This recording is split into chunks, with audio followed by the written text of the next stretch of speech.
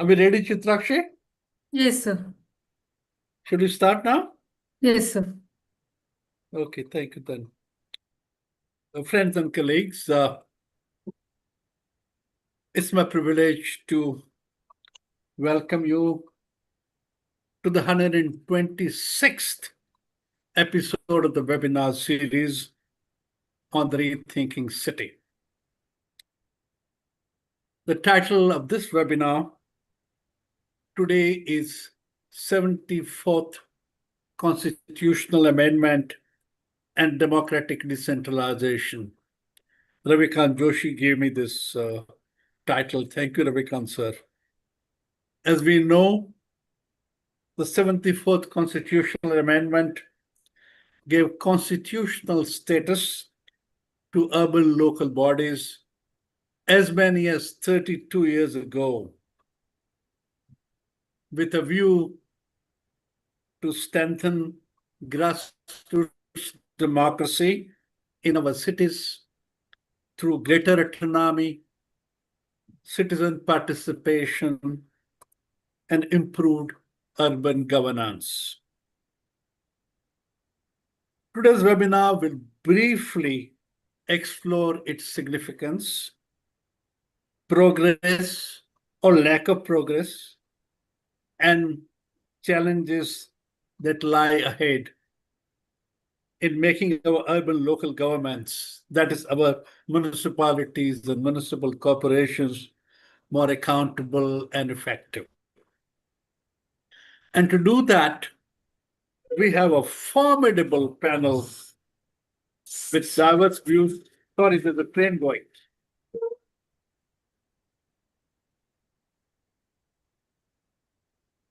Sorry, this is the metro. And to do that, we have a formidable panel with diverse views, background, expertise, and experience. Thank you, sirs and madams, for making time for this event. We are grateful. I understand Vichara ji has not joined yet, right? When Vachana hasn't joined. Vachana. Chitrakshi, would you call her? No, we have everyone in the panel here. Yeah, Miss I'm Vachana is here. She's there. Okay, thank you. Sorry. Okay. This webinar series is appropriately called Rethinking City, and today is rolling out its 126th episode. As many of you know, we have had over 500 experts, professionals, specialists, community groups, and concerned citizens from all over the world presenting their views, perspectives, and solutions on a number of urban themes and sub-themes. We have talked about governance, finance, mobility, climate change, infrastructure, slums, housing, all kinds of subjects that we have dealt with in the last 3 years. Before I proceed introducing this context, let me share good news that we are offering some 20 new webinars in the coming few months. And that includes a webinar series of 6 events on the very special slum improvement program in Orissa. What is happening in big cities and small towns of Orissa had such potential for adoption and application in other cities of the country where slum issues are complicated. We have named the series Slums Are Solvable. An interesting part of the story is this, that we have 6 organizations co-hosting the series, including UN Habitat and Cities Alliance. So it's something which is very interesting that we're looking forward to. The second set of 5 webinars are with CityNet, an association of Asian cities with some 150 members. This webinar series will focus on the climate change and share what big cities like of Asia, such as Bangkok, Kuala Lumpur, Seoul, Yokohama, Kathmandu, are doing to address the formidable climate challenge. We hope to learn a great deal from them, what they're doing and what they are attempting. We also started a new sub-series called the Cities of Maharashtra that covers Pune, Nagpur, Nasik, and Aurangabad. Under Cities of Gujarat, we already covered Ahmedabad, Baroda, and working on Surat. And we also are working on a 5-webinar series in Orissa and 4 in West Bengal. So there are a series of webinars coming through in the next few months. But let me tell you, and I think this is something that I've told all the times, why we are doing these webinars. What is the purpose? What are we seeking to achieve? Over the past 3 years, while introducing 125 webinars INHAF has organized on Rethinking City, I have emphasized the following 5 points unfailingly and repeatedly. I've repeated time and again without fail. 1, that India's urban challenge is daunting, complex, and demanding. Something that we as people, as professionals, as government cannot afford mismanaging. And if we do that, we'll pay a very heavy price economically and socially, as the country's future is tied to how the cities function and remain livable, healthy, safe, peaceful, productive, and undestructive environment, of ecology, of nature, of culture, of values. And I think this is very important. The first part. This is the point. Second point is this, and not many may agree with this, but the time is not on our side. The pace of urbanization is rapid, governance challenges are formidable, and available response do not seem like working very well. That's the second assumption. The third is that to expect government alone to respond to the challenge is unreasonable and unrealistic. Government alone cannot and should not do this. Fourth point is that the human resource capital, and this to me is the most important one.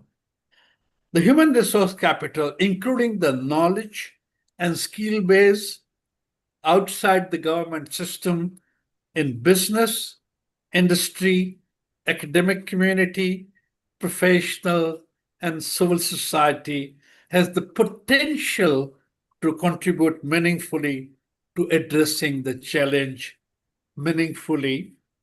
And the last one, a broad-based societal partnership with government in a key role is the need of the hour to meeting the urban challenge adequately. This webinar series is a part of the process to building a wider societal partnership. And I have absolutely no illusion in saying that this is what we try to do for the last 3 years. Multiple actions are needed by multiple stakeholders. This is just one of them, but we consider it very important. So with this longish introduction in terms of what the webinars are, why we are doing this, and what to expect in the next few months, I hand it over to Sarthak Bhai. But before I do that, give me 1 minute to introduce him. Sarthak Pradhan is an IS assistant professor at the Takshashila Institution. He teaches economic reasoning, researches public finance, and conducts tutorials on government budgets. He has a PGP in public policy from the Takshashila Institution, and he holds a dual degree from BITS Pilani. With that introduction, Sarthak ji, all yours. Thank you, Kirti for the introduction.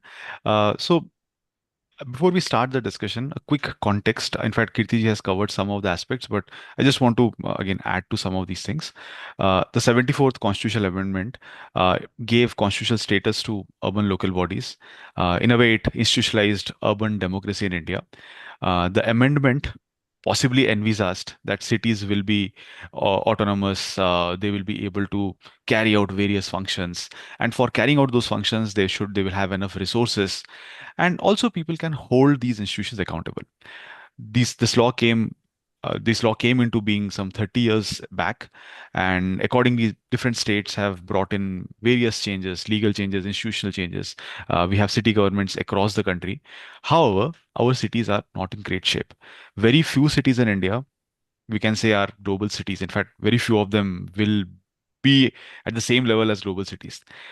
In this discussion, today's discussion, we will briefly review the progress that has been made since the 74th Constitutional Amendment and explore what further steps can be taken to strengthen urban local governments in India so that our cities can grow, expand, and contribute more effectively to national growth.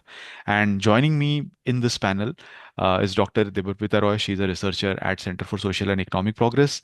Mr. Ramanath Jha, he's a distinct fellow at the Observer Research Foundation. Mr. Vidyadhar Pathak, former Dean, Faculty of Planning at CEPT University.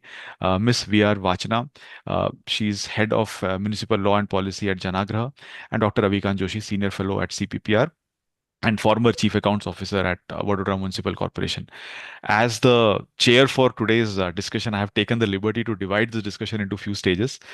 First, we are going to discuss what has been the progress since the 74th Constitutional Amendment came into being.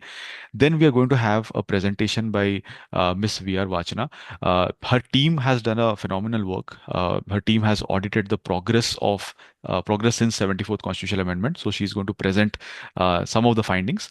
And then we are going to have a discussion with the panel on the way ahead. What can be some practical, pragmatic recommendations to improve city governments? And then last 10 minutes or so, we'll have a quick Q&A session with the audience. To the audience here, quick one request. Whenever you have any questions, you can always put it in the chat box. And also at the end, since we have some time, we'll take questions from you. At the time also, you can put your questions. And I would request you to have your questions precise. Instead of talking about long anecdotes, have precise directed questions. It will be easier for us to answer as well. So with this, we'll get started with the discussion. And my first question here is directed to Mr. Ramanath Jha. So, Mr. Jha, it has been more than 3 decades since the 74th Constitutional Amendment came into being, which guaranteed decentralization to urban local bodies. From your experience, where do you think there has been real progress and what have been some of the roadblocks? Thanks. My observations on the subject are not very encouraging. I have been watching the 74th Amendment for the past 30 years, and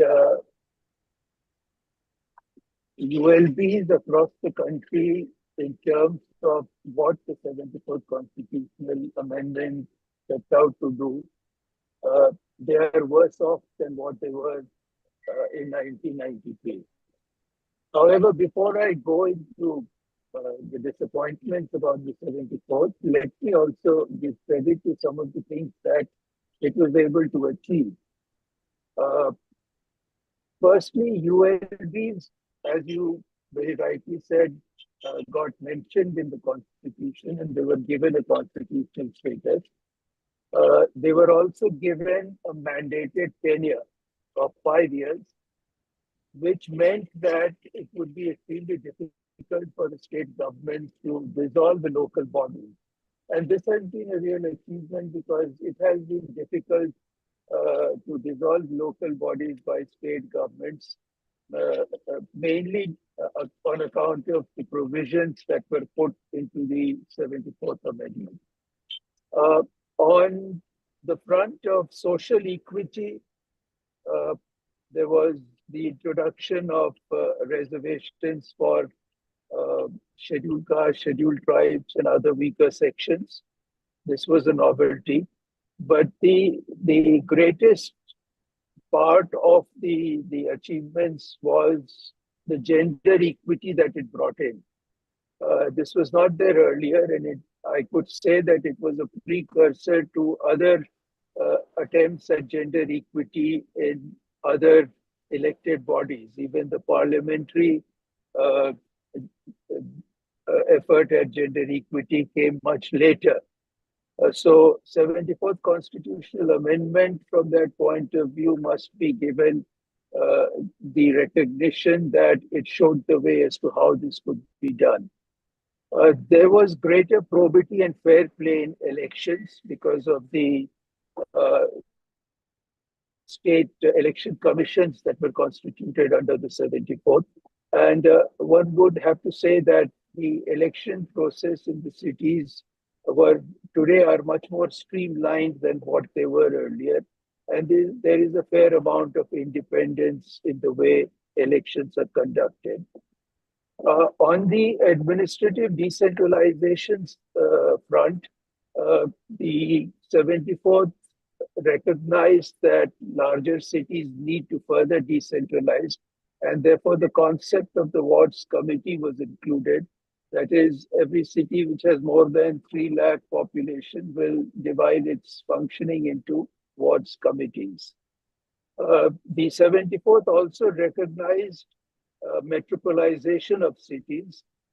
It brought in the Metropolitan Planning Committee and gave it constitutional status, although it has not functioned the way the Constitution wanted them to function, and it's not constituted the way the 74th wanted them to. However, these, I would say, are some of the achievements of the 74th Constitutional Amendment. However, they are overshadowed by very fundamental weaknesses and failures that the 74th had.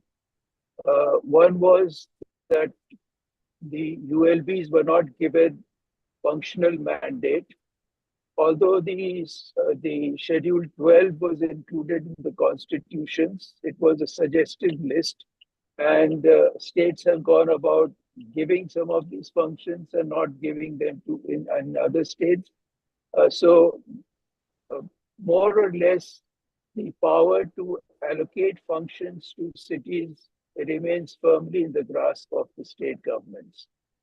The same goes for financial mandate to the ULBs. There is no financial independence. Their taxes can be taken away. In fact, after the GST and the Land Acquisition Act, the financial position of the ULBs has become extremely fragile because apart from property tax, most of the other revenue handles that the cities had earlier, they have more or less been subsumed in GST. And there was no major governance reform. So the debate that there has to be elected leadership in the cities was not at all touched by the 74th. And therefore, the position of the mayor continues to be extremely weak, more or less, throughout the country, except probably in West Bengal. So this subject remained untouched. And I would put that these were the 3 most fundamental weaknesses of the 74th Constitutional Amendment. The situation today is that parastatals exist and they continue to erode the ULB domain. The latest in the series is the Greater Bengaluru Authority that has been constituted in Karnataka. And if one goes into the provisions of that authority, it is quite clear that the ULBs will be under greater control of the state government. Super sessions are not happening, but in certain states, we know that administrators have been in ULBs for a very long point of time. And this is despite the constitutional provision that ULB cannot remain without an elected body for more than 6 months. So overall, because of these weaknesses, the cities have become more dysfunctional than they were earlier. Back to you, sir. Yeah, thanks, Ramnath Ji. So, if I have to summarize, the cities at this point of time, city governments do not have functional mandates, financial independence, they are lacking. They are heavily relying on state governments and, in some extent, to the union government as well. We haven't had major governance reforms. The mayor does not necessarily have enough power, and many a times the executives or the bureaucrats are appointed by the state governments, and parastatals and other bodies, they play a very significant role. So the cities are not necessarily autonomous, and they are not able to perform as they are expected to. So moving to another aspect, the next aspect on planning and land use issues. My question is to Mr. Vidyadhar Pathak. The 74th Amendment provided a foundation for democratic decentralization, but the planning powers, urban planning powers, they typically have not been with the municipal governments. What is your evaluation of the amendment's effect on empowering city governments with regard to planning and other issues, other land use issues? Vidyadhar ji, can you unmute yourself? Thank you for inviting me to this panel discussion. And I have been avoiding Kirti for a long time in terms of joining these panels. So I think today I have decided to join. And as Mr. Jha mentioned that the results have been disappointing. So my comments will be with a big dose of sarcasm, provocation, and disruptive suggestions. So I think you will pardon me for that. The first thing is that the 12th schedule, the first and the second functions mentioned is urban planning, including town planning. Now, why did the constitution separated urban planning and town planning is it's difficult, but one can assign meaning to that. And I'll come to that in a minute. And regulation of land use and construction of buildings. These two are the topmost functions which were recommended to be handed over to the municipalities. Let us look at the three states in terms of how they did that. Now, Maharashtra had a 1966 Town Planning Act, which considered the municipalities as the primary agency to prepare their own development plans.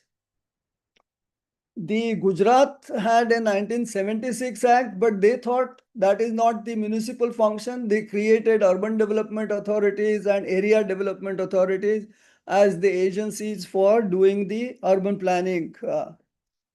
Similarly, Tamil Nadu Act of 1971 also thought of creating urban development authorities and local planning agencies to prepare the plans.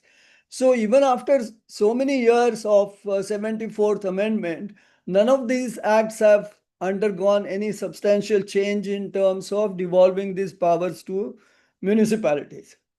In fact, Maharashtra commemorated the 10th year of the constitutional amendment by taking the powers of amending the plan also unilaterally. So now the plan which is there, the state can unilaterally amend it. Earlier it was the state's power to give directions to the municipality to amend the plan. Now state can do it on its own. So that is how they honored the provisions of the 74th Amendment.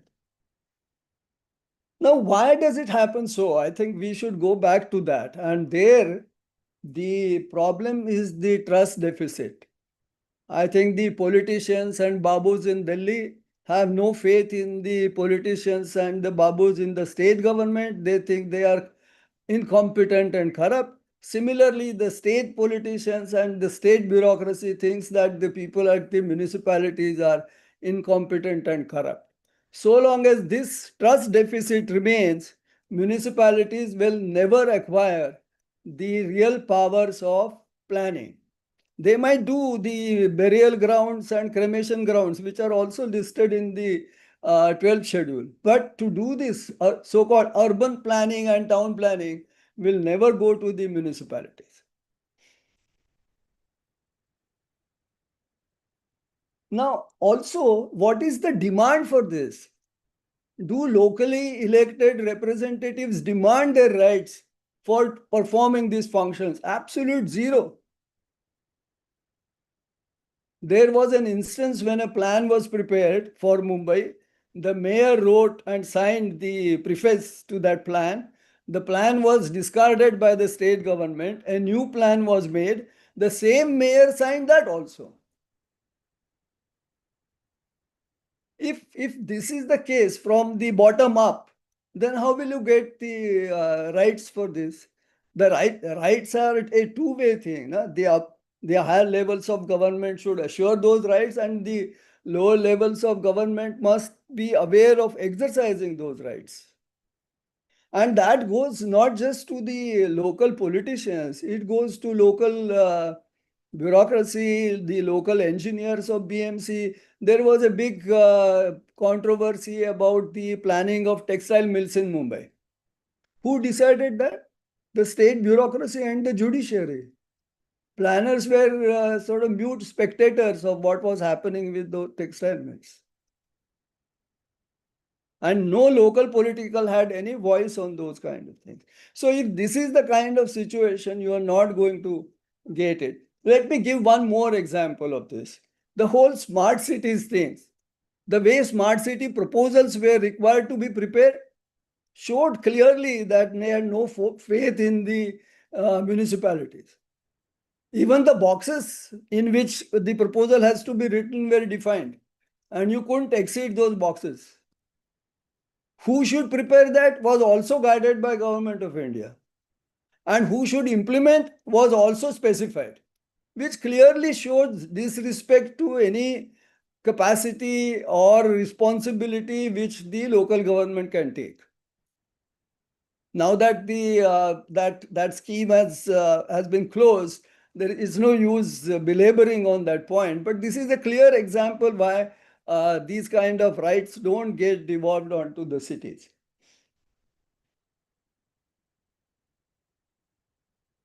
The question, very interestingly, which I reflected, is the difference between urban planning and town planning. Urban planning, in a way, is a wider term which covers the urban public policy and provides the context in which more physical land use planning, etc., is done under the so-called town planning, if we distinguish that way. Urban planning has clearly been the domain of the civil servants. Mumbai had rain control. Planners didn't do that. Then urban land ceiling came. For 6 years, there was no housing activity in Mumbai because people were waiting for the policies to be formulated. Then came the slum rehabilitation program of Mumbai, very celebrated program, prepared by the civil servant. Then came the policy of rebuilding the rain-controlled buildings, similarly prepared by the civil servants. Now, if this is the case, what is planning left to be done? Draw lines, color plan maps, etc. That is being done, and you don't need urban planning professionals to do that. It would be much better to clearly specify that so-called urban planning will be done by the civil servants. In fact, the Tamil Nadu government, director of town and country planning is an IAS officer. Same is true of Madhya Pradesh.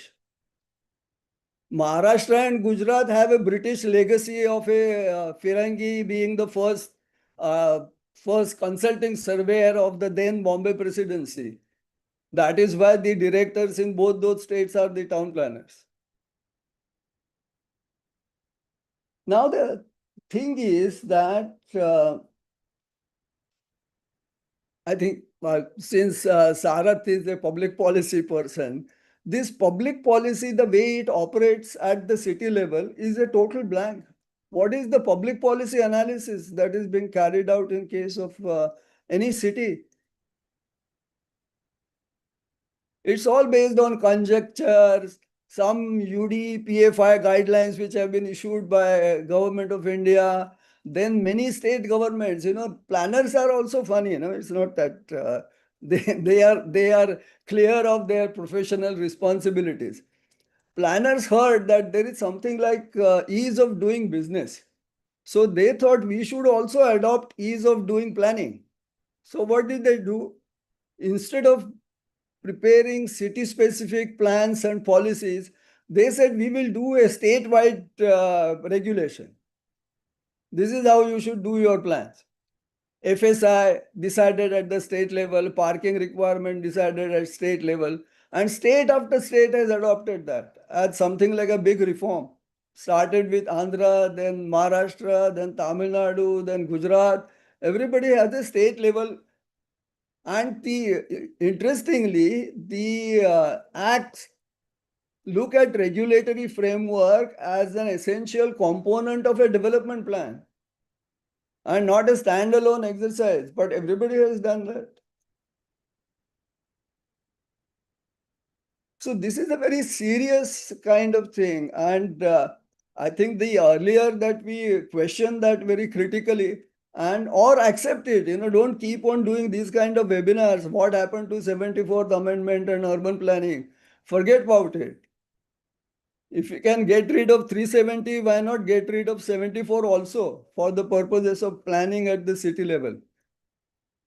Make it very clear that civil servants will be responsible for city planning and city policies. Done. People will be worried that what will happen to our professional planners, since I spent some time in the educational institution and there are so many new so-called SPAs coming up. What will they do? They have found their own ways. Now, people used to say that the planners must be in the trenches, in the city, and having a real affinity to a particular city to do that is planning. Not necessary. Most of the planners are joining WRI, ITDP, C40, EY, etc., etc. As a SAPE students, very few of them join government. And even within government, they join the metropolitan authorities, not the municipalities. So when will you even address that manpower deficit? Niti Aayog wrote a report on that. So what will happen to it? So I think Kirti mentioned urbanization is rapid in India. Not so. Just now, Rakesh Mohan brought out a report saying that India's urbanization is slowing down. And what can we do about it? So I think we have no idea of evidence-based planning. Kuch bhi chalta hai. So I think to change that will take a lot of time. And not necessarily in terms of whether the local authorities are empowered to do that or not. If they are not being empowered, let it be so. Let someone else do it. Okay, I think Yeah. I'll So, stop. thanks, Vidyadhar ji. It was some provocative points, but I have some couple of questions related to the points that you raised. So, one thing that you mentioned is there is a trust deficit between union and the states and the local bodies. Yes. Now, I'm just wondering, what is the reason for this trust deficit? Is it something which is India specific or something else? Because in other countries also you might have different levels of government. Is it not the case over there? Is it something which happens only here? The second thing that you mentioned is the demand for these kind of functions is also not coming from the bottom. The local bodies are not also demanding for, let's say, planning functions and all those things. Now, again, what is the reason for this? Why? I mean, if you are saying this, then it seems like more of a India specific thing. In other countries, maybe there are people who are demanding for this. Why it is here? I'm not a person who has studied the international things to that extent. But if you compare what we have failed to do by way of MPCs, compare with London's Greater London Authority and the way it is structured, it's a directly elected mayor with a assembly of 25 persons. They look after 25 borough councils also. Their functions are clearly defined. The devolution of finances from the government to that authority is also clearly defined, and they function in a much better way. So basically, the incentives are aligned for these demands to emerge from the bottom. And Incentive. in many cases, some people have said that people have to remain in that institution for a long period of time to acquire the real understanding, develop the institutional memory, and then take up the things in that fashion. We have a merry-go-round going on all over. Okay. The senior positions like if you take Mumbai Corporation, there are at least 5 or 6 IAS officers there. And they stay there for 2 years, 3 years, something like that. It goes on. Now, which engineer will join there if he has no chance of becoming the additional municipal commissioner in his life? So I think there are many deep-rooted these kind of problems, and 1 or 2 cases of corruption here and there, then the whole institution loses its credibility, and it's a very bad situation. Okay. Thanks, Mr. Vidyadhar. And since you mentioned about some of these incentives or not misalignment of incentives, I think I'll go to Dr. Ravikant, because I have one question related to public finance, and then I'll go to Dr. Debarpita.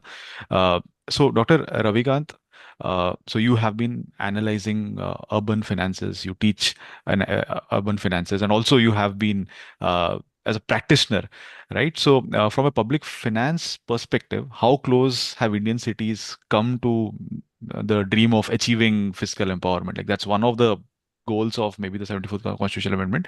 So, where are we right now in terms of financing of cities? Yeah, thanks. Thanks for giving me this opportunity. In fact, Jhaji has set a very good tone and entire framework. He has rightly outlined the positive aspect and negative aspect.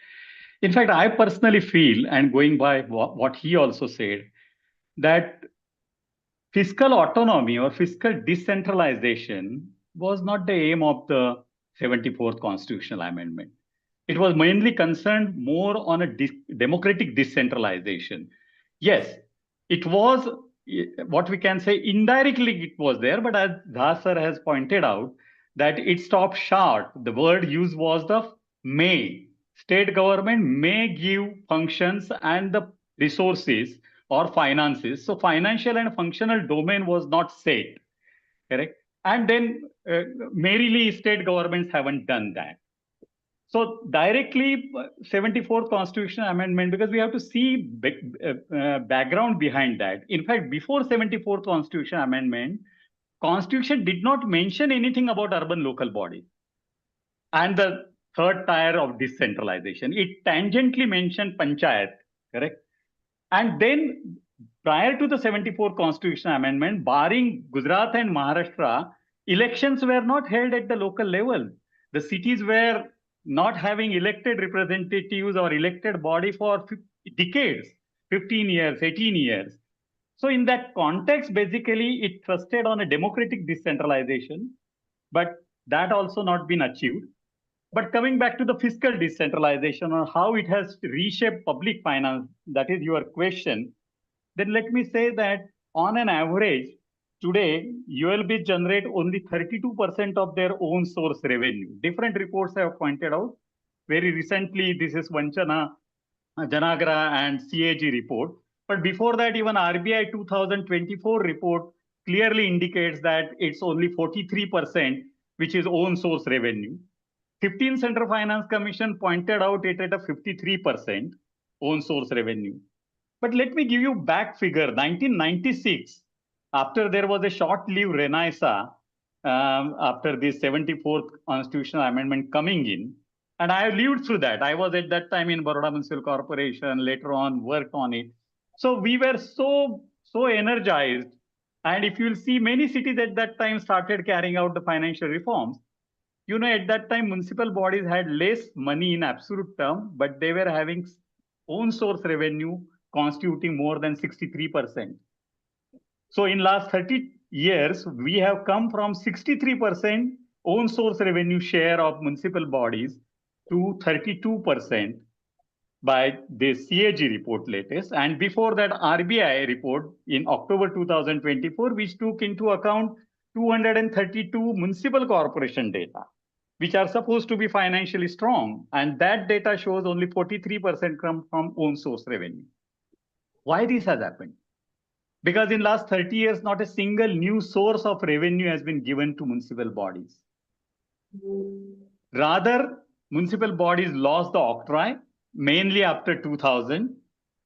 But I won't cry for the octroi if another suitable resource, which is economically and public finance theory-wise suitable and appropriate, would have been given in the hands of the local bodies, perfectly fine. But that hasn't happened. Come GST, and GST has killed rest of the other resources. Entertainment tax, which was earlier some states had taken away. Professional tax had already been taken by the municipal body states. So entertainment tax or your other taxes, which were expenditure based, they have been taken away. They have been subsumed in GST. So today where we are, in fact, there has a emasculation in public finance terms of municipal bodies have happened. And if you look into earlier, Pathak sir has said and Jha sir has said about the institutional fragmentation, particularly Pathak said. If I have to give you today, whatever urban infrastructure investment happens in India, municipal share or urban local body share is only 45%, or even less now. That's a 15th Central Finance Commission figure in 1917-18. We have Debarpita, she worked on the data collection and that report. She will elucidate that more. But only 45% is the share in urban infrastructure investment of municipal bodies. And within that also, 85% come as a capital grant, which is a top-down, conditional grant, tied grant. So you can see municipal bodies in revenue constitute only 32% own source revenue and 15% in a capital or capital expenditure, that is urban infrastructure investment. So in all, at a very offset, I can say, and I agree, if you don't want, then let this make, I go with the earlier suggestion, that let's even cancel this and make them that completely like a district administration, 100% dependent on the government grant. It can function very well. Let's not talk of a local democracy. What we want really is a efficient delivery of the urban services and managing urban affairs efficiently. If totally government department can manage it better way, let's do that. Because in the end, citizens are not getting qualitative improvement in terms of urban infrastructure or other aspect, we all know. So we can go more of a deconcentration rather than the decentralization.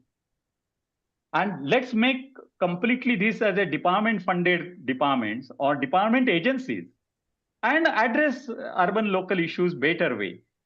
Let's end this, though 74th constitutional amendment starts with the preamble that it is for democratic decentralization and indirectly fiscal decentralization.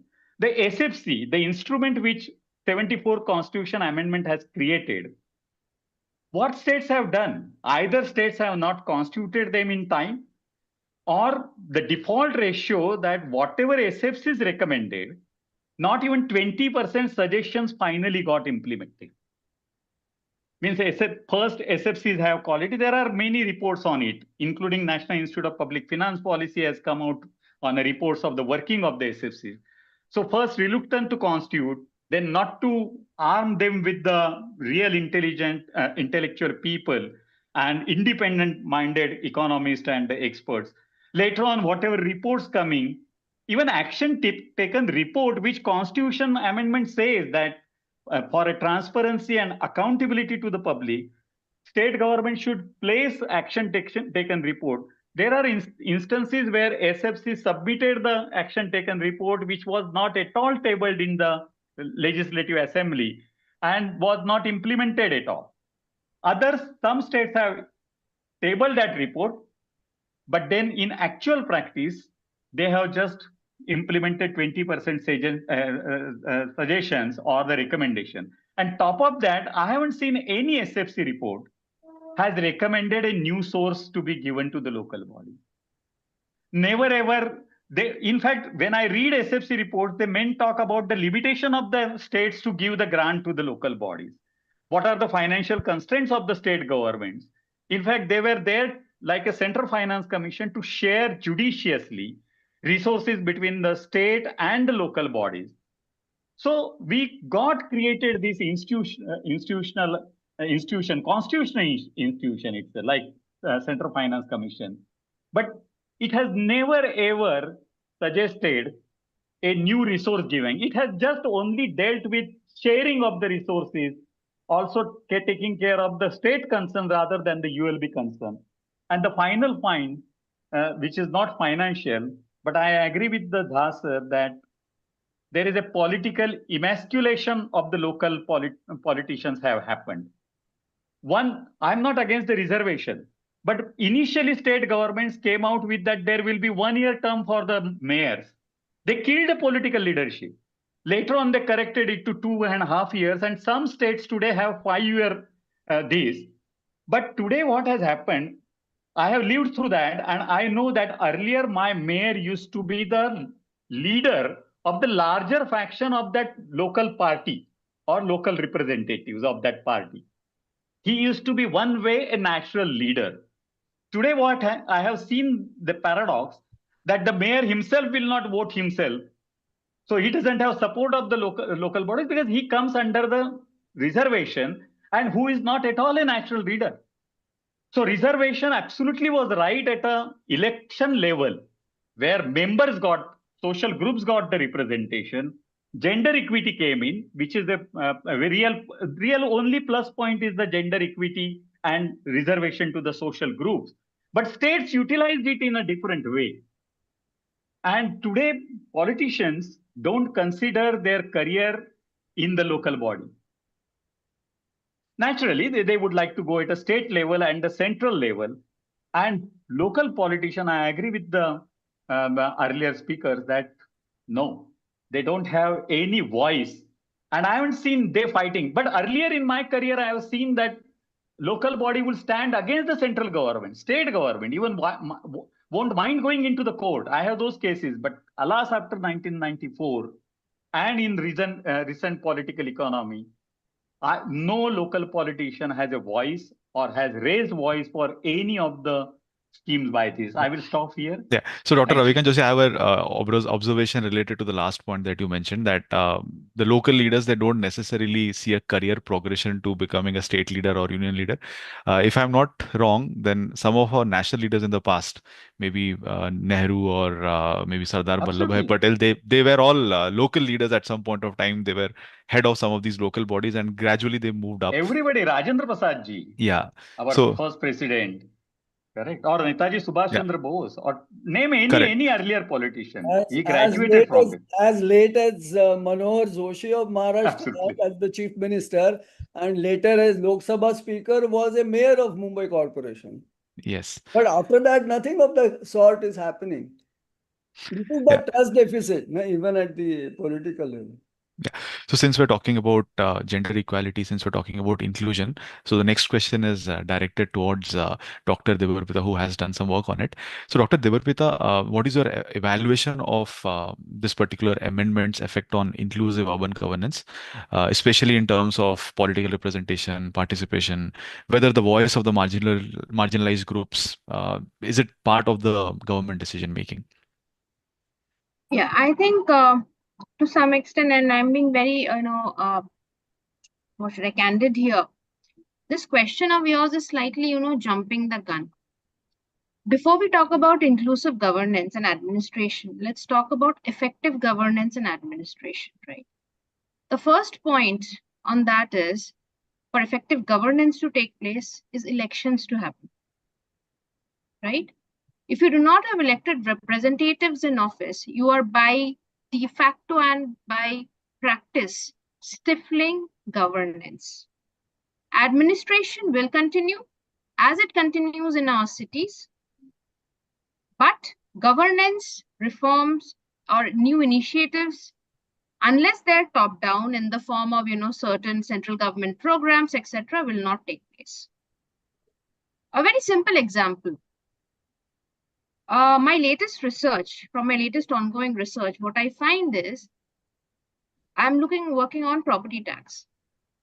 And a very interesting, much often rather repeated policy recommendation that comes in is please revise the base valuation rates of property tax for municipal corporations. And the, general, the challenge issue which is flagged up again and again is municipal corporations are not able to revise their property tax base value rates, right? Their unit value rates or whatever you call it, which is multiplied into your area and your other factors to come up with the valuation of your property, that your property is valued this much for property tax purposes. It is not because the municipal corporations do not want to do many a times. It is simply because the commissioner cannot go ahead and do it unless there is a standing committee. If you do not have elections, it cannot happen. If there is not any elected council in place, as simple as that. A very simple, rather administrative lever that the municipal corporations have with themselves cannot be exercised.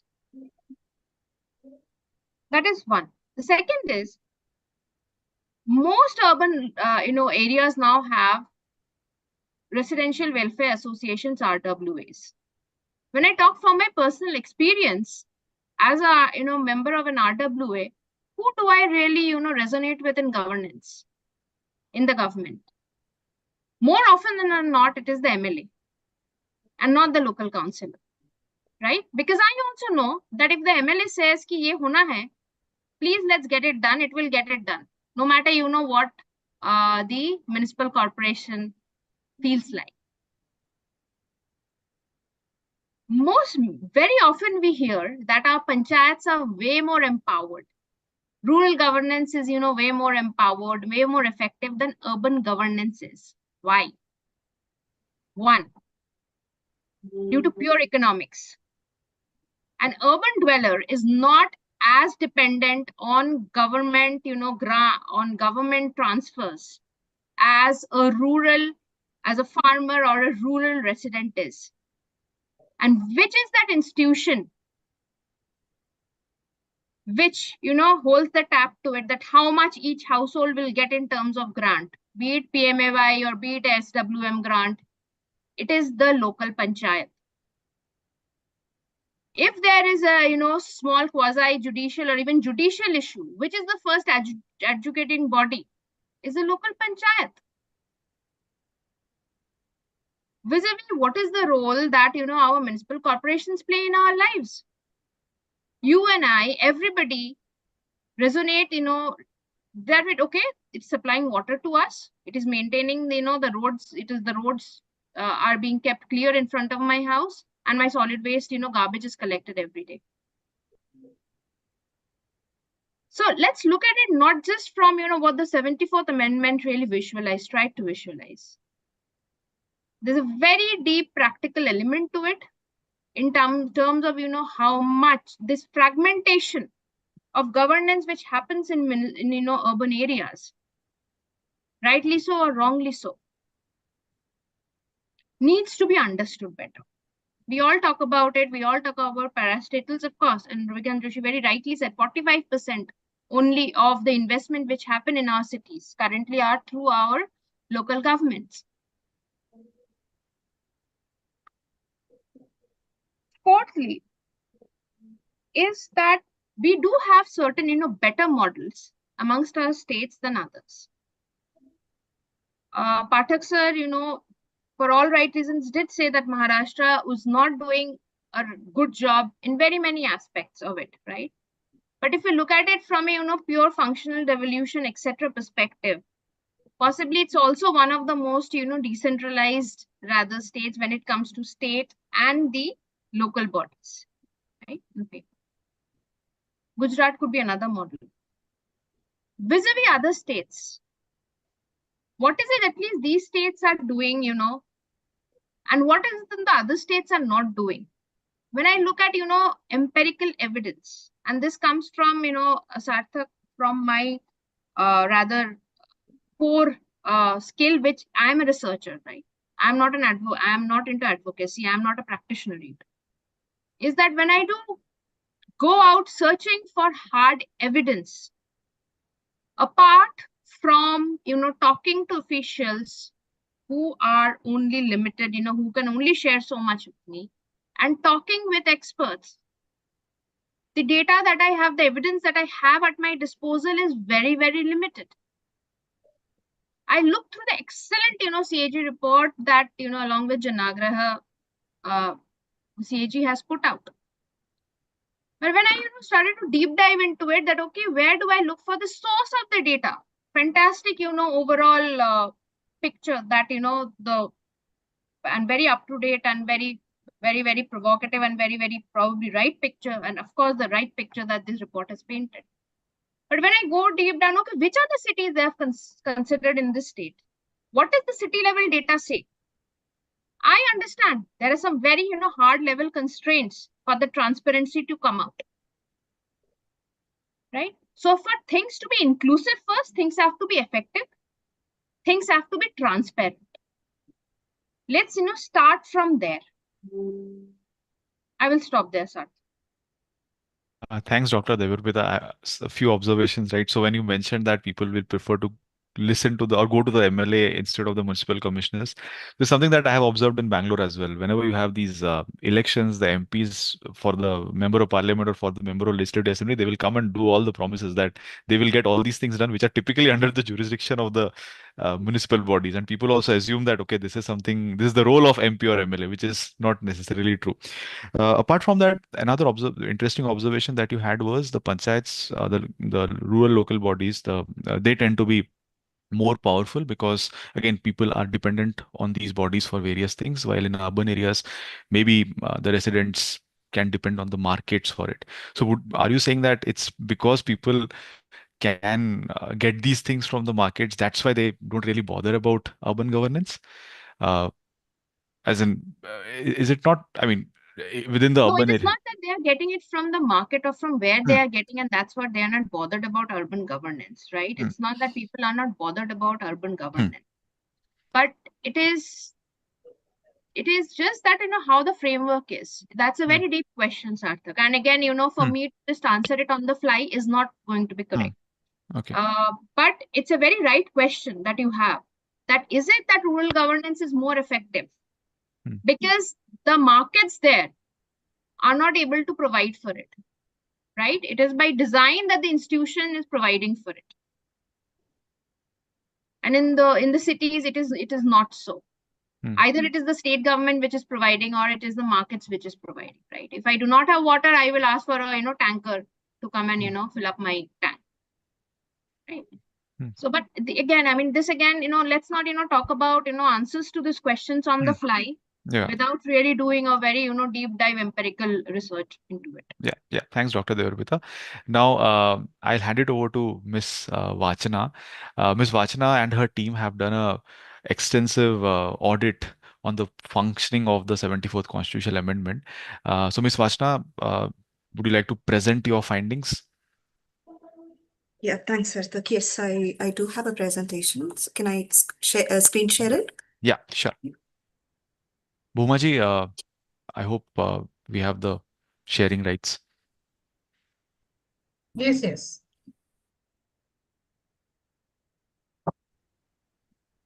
Are you able to see my screen?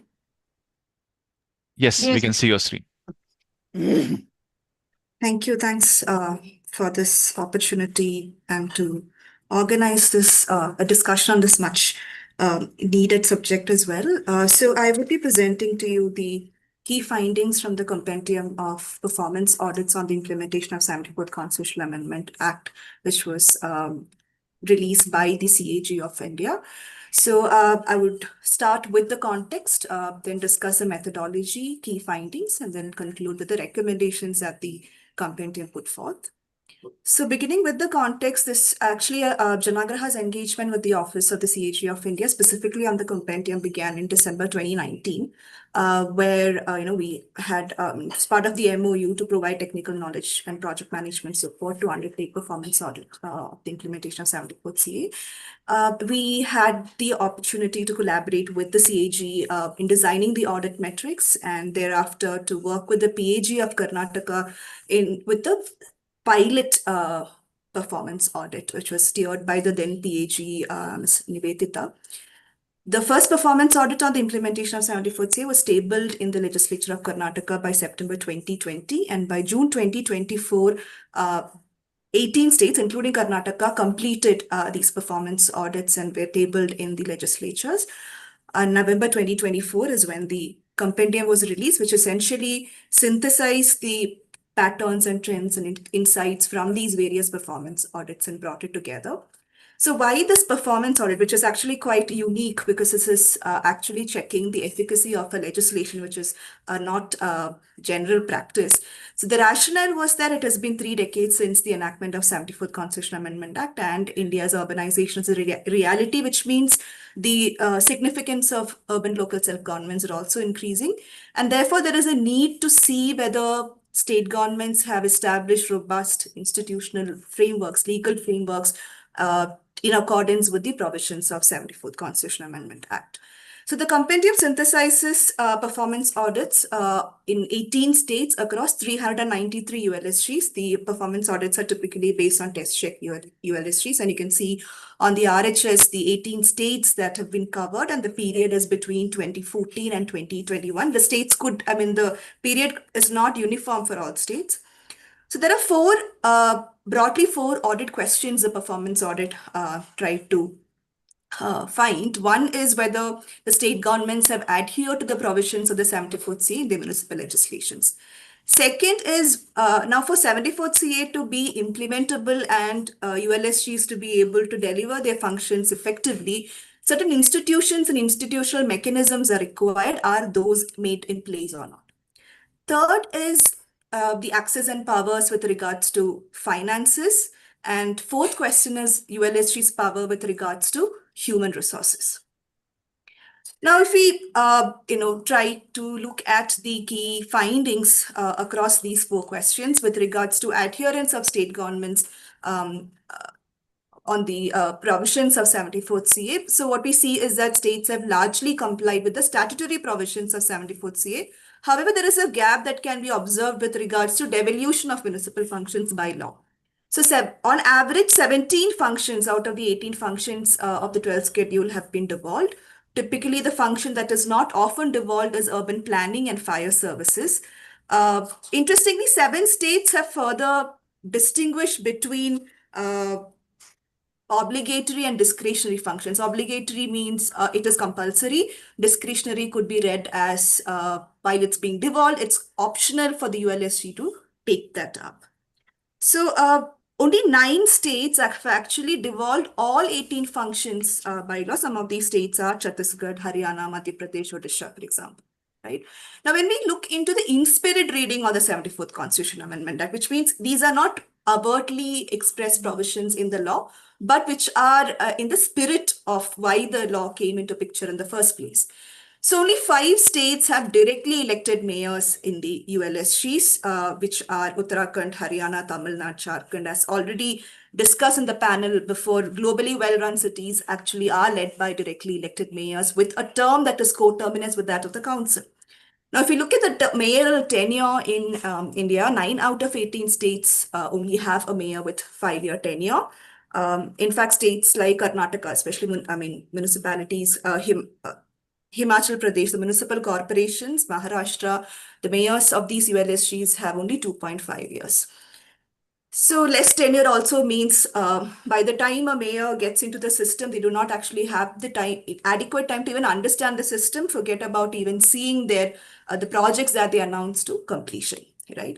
A very major positive, as already discussed here, has been actually the entry of women into city politics. While the constitution mandates for 33% reservation for women in the city council, 6 states have gone beyond 33%, offering 50% reservation, which has definitely helped tens and thousands of women, even including from marginalized sections, entering into local politics, which is a great positive. Only 4 states have empowered state election commissions with the delimitation of wards. We know that delimitation is a very political exercise, and therefore it's important for the body to be autonomous and independent to do it, and therefore ideally to be vested with the SCCs. Unfortunately, that's not the case in most states. And this also has a role to play with what Dr. Debarpita was talking about in terms of delays in municipal elections, because often given that the power is vested with the state governments with regard to delimitation or reservation, is one of the reasons why often elections in ULSGs also get delayed.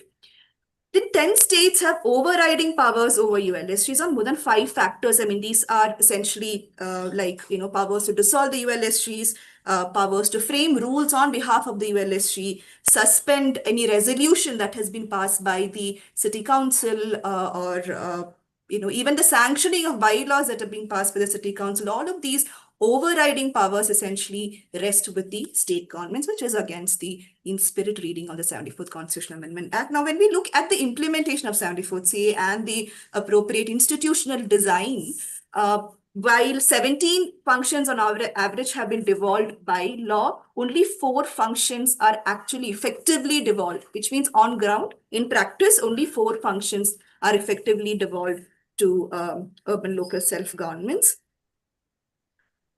5 functions are actually performed by the parastatals or state departments. So urban planning, regulation of land use, water supply, public health, fire services are typically not given to urban local self-governments in practice. Jharkhand, and like Dr. Debarpita said, Maharashtra is one of the states that is doing well in terms of functional devolution. Maharashtra and Jharkhand are the states that have effectively devolved 10 out of the 18 functions. Odisha and Uttarakhand have actually devolved 0 functions effectively, where the sole authority is ULSG. So that's the criteria. So Odisha and Uttarakhand haven't devolved a single function effectively, solely under the responsibility of ULSG. Now, when it comes to institutional design, 61% of the urban local self-governments in 17 states did not have an elected council at the time of audits. Really stripping off the of an elected representative for us as citizens, and obviously other issues as well. Absence of council also means absence of ward committees, absence of standing committees. So several administrative issues, response to grievance redressal, etc., also get affected. Secondly, only 9 states have constituted ward committees, despite being a shall provision under 74th CA in at least one ULSG. Only Kerala and Himachal Pradesh have active councils in at least a test-checked. Kerala and Maharashtra have active councils in all the ULSGs. Now again, DPCs, district planning committees and metropolitan planning committees were critical provisions to ensure regional planning in non-metropolitan areas and metropolitan areas respectively. However, often these are not constituted, and whenever it's constituted, it is not operative or it's not functional. All the states have constituted DPCs. However, only Kerala, Maharashtra, and Uttarakhand have actually prepared the development plans. When we look at metropolitan planning committees, of the 18 states assessed, only 9 states, as per census 2011, confirms to the 10 lakhs population. So therefore, out of the 89, we're supposed to have metropolitan planning committees. However, of the 9, only 3 have constituted metropolitan planning committees. However, except for Mumbai, Nagpur, Pune in Maharashtra, none of the MPCs are functional, have contributed to the draft development plans. Even in Maharashtra, Aurangabad and Nashik, in case of the MPCs in these 2 cities, they have not played any role in the plan preparation. State Finance Commission, again, another critical body as part of 74th CA. Only 10 states have constituted in a timely manner, which is every 5 years. And on average, there is a delay of 412 days in setting up of SFCs by the states, as already Dr. Ravikant Joshi mentioned. It's not just the delay in the constitution, there is also delay in the submission of action taken reports in the state legislative assembly. There is delay in the acceptance of recommendations by the SFCs and in implementing the same, which also results in delays in short releases of funds from the state to the ULSGs as well. Interestingly, Uttarakhand is the only state which has accepted the whole of the recommendations of SFCs. All other states are either partially accepting or haven't responded at all, which is in case of Andhra Pradesh, Manipur, and Telangana. Now, when we look at financial aspects, so there are a couple of issues there. One is ULSGs do not generate adequate revenue. So 32%, as already Dr. Ravikant Joshi said, is the average own source revenue generated by ULSGs, which means there is a significant dependence on state and central government grants, which is almost about 56% in case of ULSGs. Now, the other problem is that the fiscal decentralization is also weak in India's ULSGs. One, there is complete lack of autonomy. While property tax is being collected by ULSGs, but key decisions with regards to base rate fixation, revision of property tax rates, etc., are all decided by the state governments, which means there is a loss of immense revenue potential as well that is happening. In fact, for example, in Chennai Corporation, the property tax revision happened after a 20 years gap. In Tamil Nadu, since 2013, in several ULSGs, the revision hasn't happened, which is almost causing a revenue loss of about 2,598 crores. Right, and 5 out of the 6 states actually require administrative approval from state governments, even for basic infrastructure work. The whole point of having urban local self-governments is to ensure prompt responses to the local services and requirements. This is sort of curtailing that possibility. All of this is also resulting in a significant resource expenditure gap, with about average 42% is the resource expenditure gap in the SST-ULSGs. The fiscal management of ULSGs is also quite weak, which is signaled by unrealistic budgeting. So typically, the budgeting should be done scientifically by assessing the cost of services as well as the requirements for the city. However, most often the budgets are prepared by adding a certain percentage to the budget estimates and not even actual figures. So unrealistic budgeting essentially is the difference between the budget estimates and the budget actuals. And we see a maximum budget variance of 403% in terms of receipts and 274% in terms of expenditure. And this is in case of Himachal Pradesh. Now, low fiscal autonomy and poor financial management is sort of resulting in low fund utilization. So ULSGs in 11 states have utilized only 61% of the funds that are being made available to them. Tamil Nadu and Punjab seem to be doing better, as you can see on the RHS. About 89% Punjab is able to utilize, whereas Jharkhand and Odisha, for example, are able to only utilize 50% of the funds. Now, even if you look at the pattern of expenditure, only 29% of the current expenditure is directed towards programmatic and development works. 71% is going towards recurring expenses such as operations, maintenance. It's quite many times the audits actually point out that only once these other items are essentially accounted for is only the rest of the amount goes to programmatic and development work. So that's also a concern we see. Karnataka, in fact, while 60% of the fund goes to other items, only 4% constitute capital expenditure on average. Moving on to human resources, there are 3 problems. ULSGs do not have adequate power over their staff. They are not empowered to assess their workforce requirements. It's an interesting case quoted in the performance audit in Shimla, which actually requested for 720 new posts in the ULSGs, whereas state governments sanctioned only 20 posts, which means the requirements and reality would have a huge mismatch. Another issue is, and also ULSTs are actually not at all involved in the process of arriving at the sanction positions in most cases, which means the sanction post itself might not be adequately reflecting the current requirement, right? Then the state has also not devolved all powers with regards to recruitment, initiating disciplinary action, promotion of staff, etc., which means there is also a question of accountability to the ULST. The next is about municipal cadre and recruitment rules. 4 states are yet to notify comprehensive CNR rules, which came as part of JNNU and thereafter as part of Amrut reforms. Second problem is ULSTs do not have adequate staff. So 37% is the vacancies against a sanction post. Like I said, the sanction post itself need not be sufficient. But even compared to the sanction post, 37% is the average vacancy. It is as high as 61% in Madhya Pradesh, 53% in Telangana, right? And if this vacancies worsens in lower tiers of cities, which is it's much worse in town panchayat and municipalities compared to municipal corporations. Now, adding to this crisis is also the absence of low systematic capacity building program for ULB officials. Only 7 states have actually training institutes specifically for ULSG officials.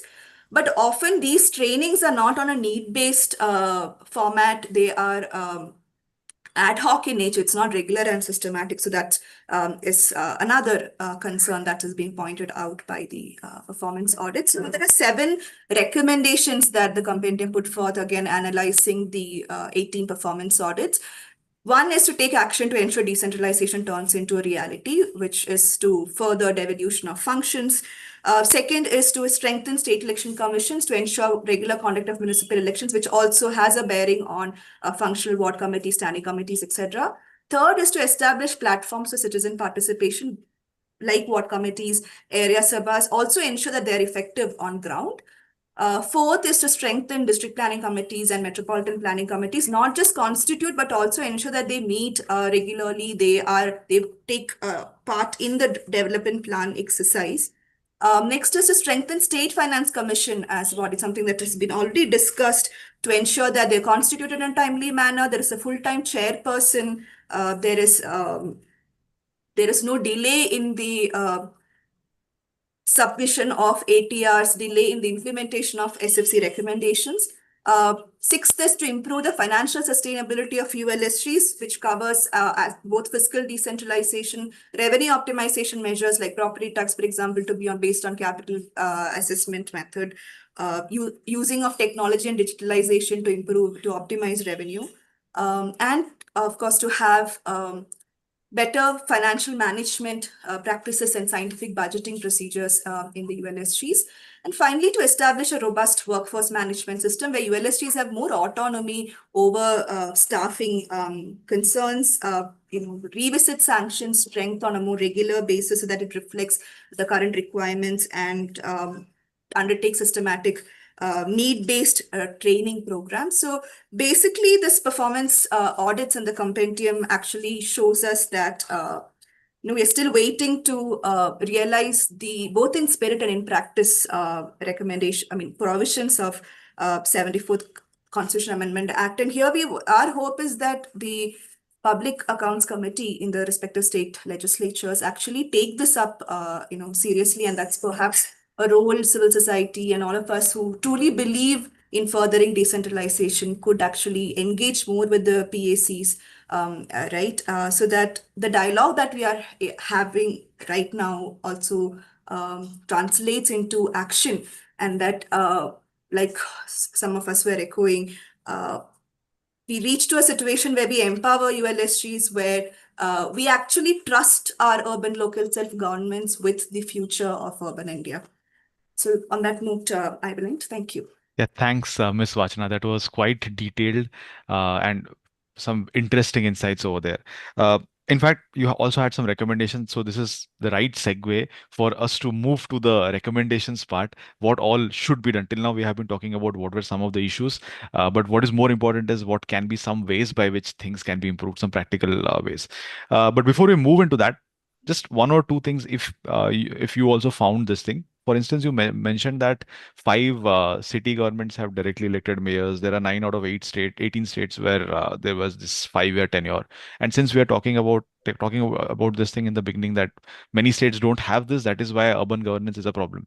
So the places where you have fixed tenures, places where you have directly elected mayors, where was urban governance better over there in these places? That's a very interesting question, Sarthak. So, actually, I would say just having mayoral tenure. I mean, I wouldn't place as much importance on mode of election. I think it's okay to have an indirectly elected mayor, Hmm. considering the current political realities of India. But tenure is an important aspect. But just having that is not also good enough. Like, for example, what we had noticed. I mean, probably we should look at more empirical evidences for it, but like a pattern that notice, we do this study called Annual Survey of India City Systems at Janagraha. So in that, what we noticed was that, see, for example, Madhya Pradesh, Jharkhand are cities, ULSTs of these states actually have directly elected mayor with 5-year tenure. However, they do not have enough powers over finances, right? So basically, there are everything, like it's a systemic aspect that needs to be sort of addressed, and just democratic decentralization will not ensure that ULSGs would be able to function effectively. Finances, functionaries, etc. should also come into picture. So altogether is what would help. So it's important to have tenure, which is definitely critical, but that cannot, I mean, it cannot result in empowering Sufficient and versus necessary yes, condition, exactly. right? Yeah. And one more thing that I noticed was you mentioned that only 6 states mandated 50% reservation of women in the city council, right? And we have been talking about that gender equity has been ensured. So what about the other states, right? What is the percentage of women in the city councils? Is it 50%? Is it way less? How is it? Has gender equity been ensured over there? Okay. So this is not something that is covered in the compendium, but however, Okay. as part of the other work that I'm doing, actually, this is an area where India is actually doing pretty well. So while actually 17 states have mandated for 50% reservation across, out of the 35 state UTs, excluding Lakshadweep. And about 16 states have mandated. 17 capital cities actually have women represented in the city council beyond even their state mandates. Okay. Right. And some of the cities like Raipur, Ranchi, etc., have actually over 60% women in the city council. So in terms of representation, I think we are doing a great job, but I think there is also need to equip the women councillors, because most of them are first timers. So a systematic capacity building program focused on women councillors would be quite critical. Right. Yeah. Okay. Thanks, Ms. Vachana. So now I'll move to the next section, as I was talking about what can be something that we can do to improve urban governance. And this question is directed towards Mr. Ramanath as well as Dr. Debarpita. So municipal governments in India, as we already saw, the evidence suggests, and something that also came out of the discussion in the first half, municipal governments typically remain fiscally weak, and they're administratively constrained. So what are some of the practical institutional reforms that you think can improve the autonomy of India's urban local governments?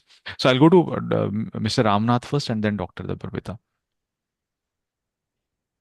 Ramnath ji, can you hear me? Okay. Am I audible? Yeah, you're audible. Yeah.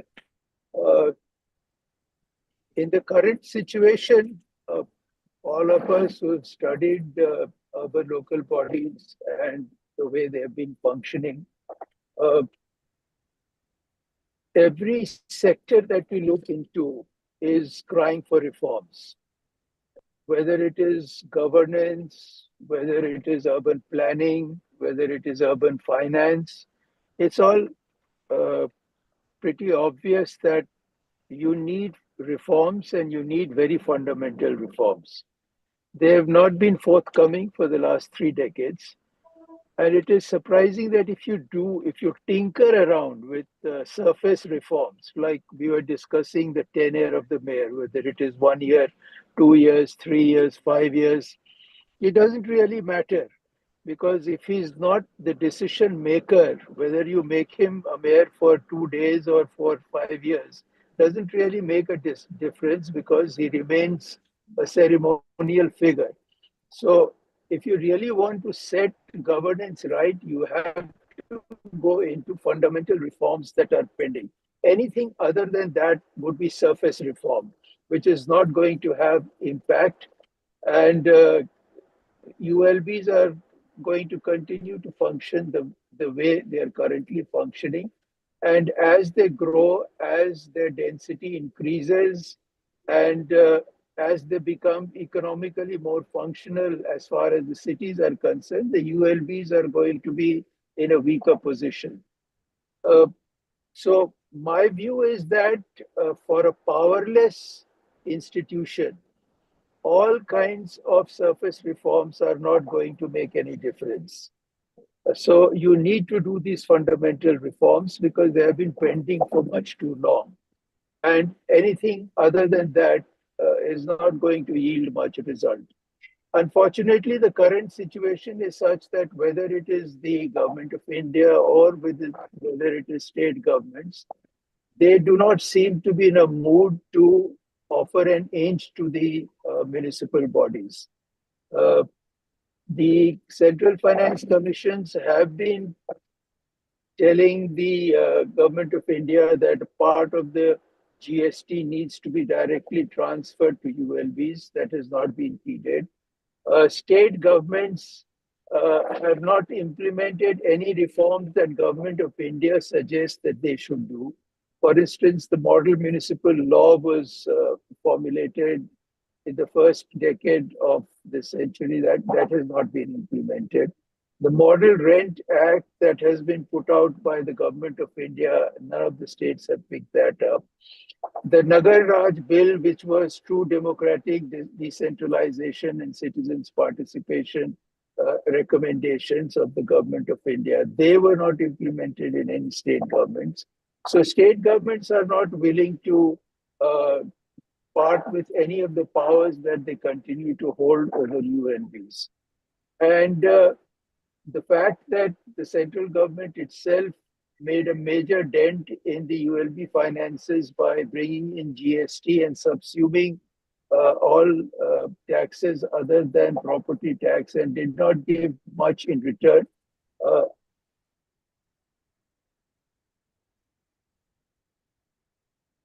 Yeah, can The any extent that there needs to be. Even, when you had these, for instance, the smart cities mission, the smart cities mission did not go to the ULB's elected bodies. There were SPVs that were formulated, and it was SPVs that were taking decisions on behalf of the ULBs. So the situation is quite dire, and I don't see anything major happening unless fundamental reforms are undertaken. Back so to you, sir. so Mr. Ramnath, just when you say fundamental reforms, right? Who is the I mean who is going to take that? What are these fundamental reforms that you are referring to? Have at the state level, but the states are not willing to Hmm. do that. For instance, let us take the issue of municipal functions and finances. These are going to be allocated by the states to the local bodies. Now, this has not been done as various reports that have been now illustrated show. So if states are not doing it, who does? Okay. The ULB on its own cannot do it. Okay. So the center should then come up with another major constitutional reform that mandates that these would be done. And it removes the word may and shall, says that they shall do this. And if they do not do this, then there would be consequences for the state. This was exactly what was envisaged in the JNNU-RM. The JNNU-RM said that there are certain reforms that the states will have to carry and certain reforms that the cities would have to carry out. Now, these reforms, if they were not to be carried out in JNNU-RM in its original form, there were consequences for the state in terms of finances, etc. But when elections came close, these were waived off, and none of these consequences fell upon the state bodies. So if the center is not going to do it, and if the state is not going to do it, there has to be a clear then statement. I would agree with Joshi said that if democratic decentralization is not one of the objectives that you want to pursue. Find out another means by which the citizens can have services rendered to them of decent quality by whatever kind of body that you set up. These would be against the current constitutional mandate, but the situation today is neither here nor there. Okay. The judicial intervention, for instance, for some states recently said that elections should be held, and now some states are going into elections.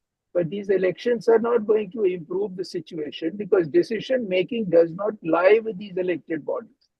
So if you're not going to decide, what are you going to do after getting elected? It makes the situation more messy, that's all. Yeah, thanks, Mr. Ramnath. Dr. Debarpita? Yeah, I would go one step even, further back than what Ramnath sir is, recommending. That we need to have fundamental reforms and reforms of the nature where the state is held accountable as to how you are treating your urban local governments, urban local bodies. I'm basically a municipal finance researcher. And if I look at it through the municipal finance angle, even today, state government transfers make up the bulk of the municipal revenue or receipts across urban local bodies. There might be, one or two outliers where own source revenue make up 60% of your overall municipal receipts, etc. But on an average, at the India level, about 1/3 of the municipal receipts is from the state government. And this proportion has remained stagnant or stable over the last 2 decades. What has happened is the share of own source revenues have declined, as we have already discussed. The share of central government finances, right, both from the central government and through CFC transfers have increased, mostly through the capital grants route for project-based, program-driven investments, right? But state governments today, even today, make up rather a very major share of the total municipal revenues. What do we know about, the architecture of this 1/3 of, municipal revenues, which can go up to maybe 90% of the municipal revenues if you go down to the town panchayat? For a town panchayat, the own source revenue of handle of property tax or anything else is virtually non-existent. It is completely dependent on the state government for possibly 90% of its, complete funds.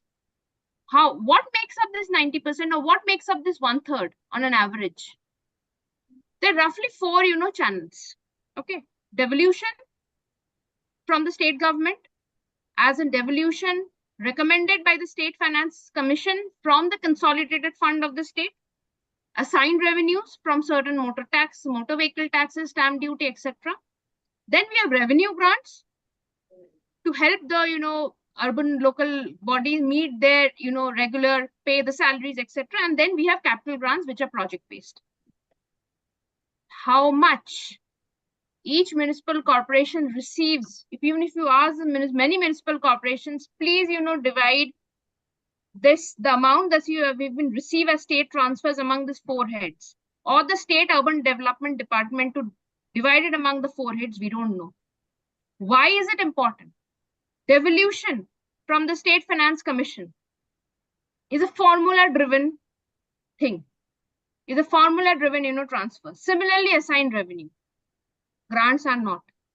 Similarly, then there is the, aspect of tied grants versus untied grants. Conditional grants versus non-conditional grants.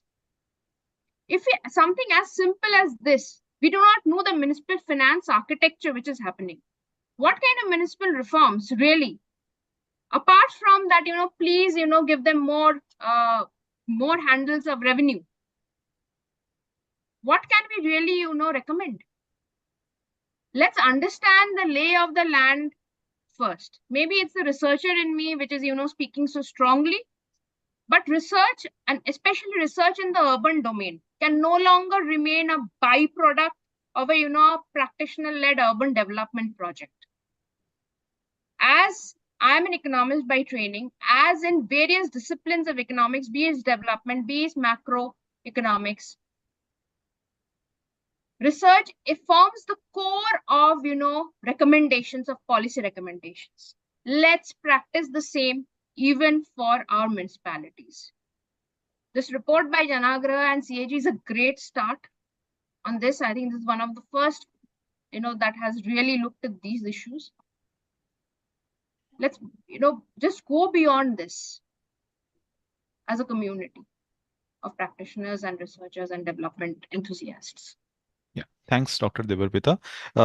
So you are saying that we need to create more body of knowledge. We need to have more institutions Exactly. doing research. We need to have more data on municipal finances, which we lack right now. Yeah, yeah. Thanks for this.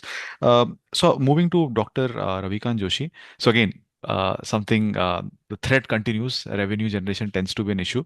And since you have a expertise on urban finance, right? What are some of the practical measures that cities can undertake in enhancing revenue sources?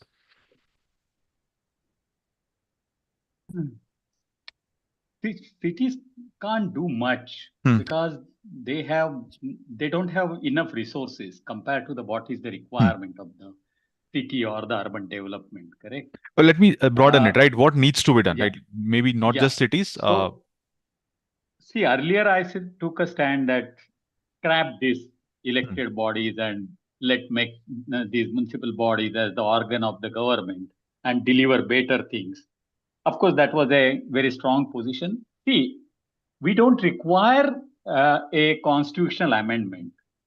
State can give anything it can, which is under its list, correct? So constitutional position is clear. State can bestow any function or any resource which it has under the state list.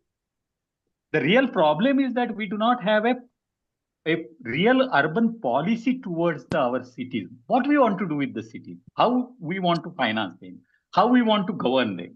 One of the way could be amending the constitution, going for a real federal structure, where we introduce into the constitution a local list and give the real sharing status to the local bodies.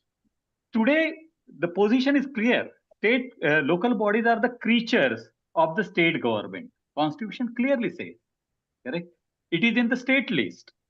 So it doesn't have independent federal structure or three-tier structure we have.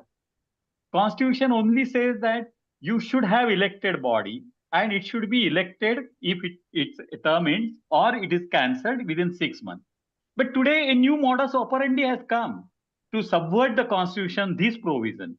Somebody will go to the court, will raise the issue, state will reorganize the prabhaks or the election ward. And then, so via media has been worked out of subverting that within 6 months, the elected body should be put into place. But coming to the finance, so one way to go for a constitutional amendment, and constitutional amendment happened only if before 74 there was a national commission on urbanization and churning happened. Today that kind of a churning has to happen. How we want to look at our local bodies. We may not take a single position that it should be absolute decentralization or anything, but let all right from each and every stakeholder decide, and then finally central government and state. As per constitution, central government doesn't have locus standi. It is the state which will have to do. There is no bar on state government to give all this to the local bodies, to strengthen the local bodies, giving them the autonomy, doing their capacity building, giving them the functions, provided it desires to do that. It wishes to do that. It has that kind of urban policy.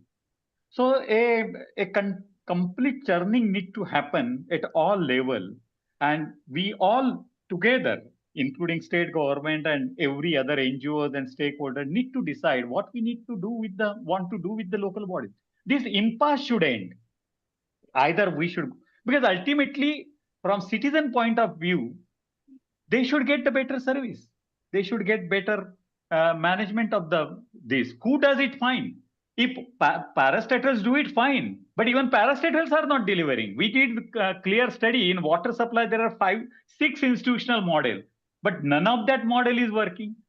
There is a state government model. There is a city parastatal model. There is a state parastatal model. there is a department of state government managing water supply and sewerage, but the end LCM is the inefficient. So that impasse, that inefficiency need to end, and a real churning need to happen. We don't require constitutional amendment. Within this also can be done if there is a willingness to do it. Thanks, Dr. Joshi. So again, this question is for the speakers, for Dr. Debarpita, for Mr. Ramnath, to Mr. Joshi as well, and others also can pitch in if you want to. So one thing that has been mentioned before, that the states are not doing fundamental reforms, and Dr. Joshi also mentioned now that it is in the hands of the states that they should do it. Now, if you look at the revenue that is generated, it's typically the cities that generate revenue, right? So if the cities are the ones which are the growth engines, they are the ones who are generating revenue. The states tend to benefit because of the revenue that cities generate. Why can't states prioritize cities? I mean, states also tend to benefit from them. Why has that not happened? Why have they not focused on that? Maybe urban governance is something that can help the states. So that's one part. Secondly, there was one observation in the beginning of today's session that uh, there is a recommendation that GST should be shared with the local, maybe the 50, I think Finance Commission recommendations are there as well, that GST can be shared with the cities maybe. And you can figure out which place GST is being raised, which city, how much GST is being raised. And if that gets divided between the union states and the local bodies also tend to benefit. And whichever jurisdiction, whichever city, more GST is being raised, that means more economic activity is there, they will get larger share. They're also going to get benefited because of that. So what about your thoughts on some of these things? Can I come for 2 minutes and then ask? Yeah, sure. It is sharing of the GST. Today, as I said, no more than 60%, and as Debarpita said, 90% coming from the state. In fact, there is a one rule in public finance and intergovernmental fiscal transfer theory that when you give money which is with the soft budgetary constraint or without the performance outcome accountability, they tend to make municipal bodies relax. They won't go for taxing. So whatever powers municipal bodies are, they are not optimizing. We have cities which can optimize their price, but they are not doing. So we have a paradoxical thing. We have 90% of the ULBs which do not have economic base and the autonomy and the capacity and the resources. But there are 10% cities which can become global cities by enhancing their resources. But when they get the free lunch, and we have moved in last 30 years toward the free lunch. It is not only the share of, as Debarpita said, that central government contribution earlier, which was less than 4% or 3%, has now zoomed to the 12% and 15%, 20%. So that money is coming tied up, conditional, but without any accountability. That's the real problem. Means all those funds are coming under the capital grants. They are conditional, that you can't do and you can't do that. As Pathak sir earlier pointed out, prescribing everything, that you have to, even boxes how you need to feel, like that kind of thing. But what is really missing is the endpoint performance outcome accountability. We do not have performance grants. So municipal bodies on one side do not have resources, taxation power, capacity, but at the same time, they are getting free lunch. And political economy, you said that why state should not give more money. If we see it, then they are getting a lot of money, but without any accountability. And in fact, state should have, I will put it, Kheram, another way. It is the state which should have more interest in addressing and making municipal bodies financially self-sufficient and efficient more, functionally and financially, because states are meeting the deficit of the local bodies. Ultimately, who is bailing out urban local bodies? It is the state government, central government, and they are not getting value for money. And when state is spending the money and not getting value for money, it is we all citizens are not getting value for money, which is coming to the urban local bodies because they are inherently inefficient. They are not even able to spend the free lunch or the grants they have received, as Vachana's report has pointed out, correct? And other reports, even RBI report, 15th Central Finance Commission report, all are pointing out that there are systemic deficiencies. We need to correct this entire financial architecture. Okay. Mr. Vidyadhar, I think you have. I think, Sarthak, you mentioned why state governments are not giving resources to cities. Actually, there is a reverse flow cases. Hmm. In Tamil Nadu, when you seek a building permission, there are two levies. One is called infrastructure and amenity, and the other is shelter. Both these revenues, which are collected by local bodies, go to state government. Okay, Mr. Vidyadhar, again, I might have not worded it properly. What I was trying to say is why state governments not prioritize that cities can become, uh, I mean, they become more resource sufficient and all. It's not that they give money, they create conditions so that cities will have enough resources or are able to generate more resources. No, on the contrary, politicians are granting exemption from property taxes. Hmm. In Mumbai, flats of 500 square feet and less have been exempted from property tax. Hmm. Which cost Who crores of wants, rupees. who Yeah. wants the cities to be engines of economic growth, except for economists who write in journals? That there should be a constituency for these kind of reforms. Now, who wants these reforms? Hmm. Even citizens don't want. If something is given to them free, they are happy. They elect the fellows. So where is that? I mean, no citizen says that I must get so much of water supply and I am ready to pay so much. On the contrary, it's just, pukat.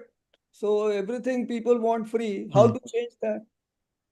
So it's not just the top down. We always want to say bottom up, but that bottom up also is in this form. Hmm. Citizens get the governments that they deserve. Okay, thanks, Vidyadharji. Now, again, the next question is to you only.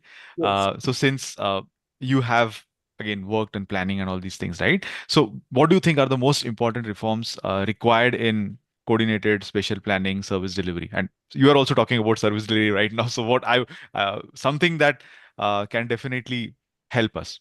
No, I think we can't be in this kind of indecisive state.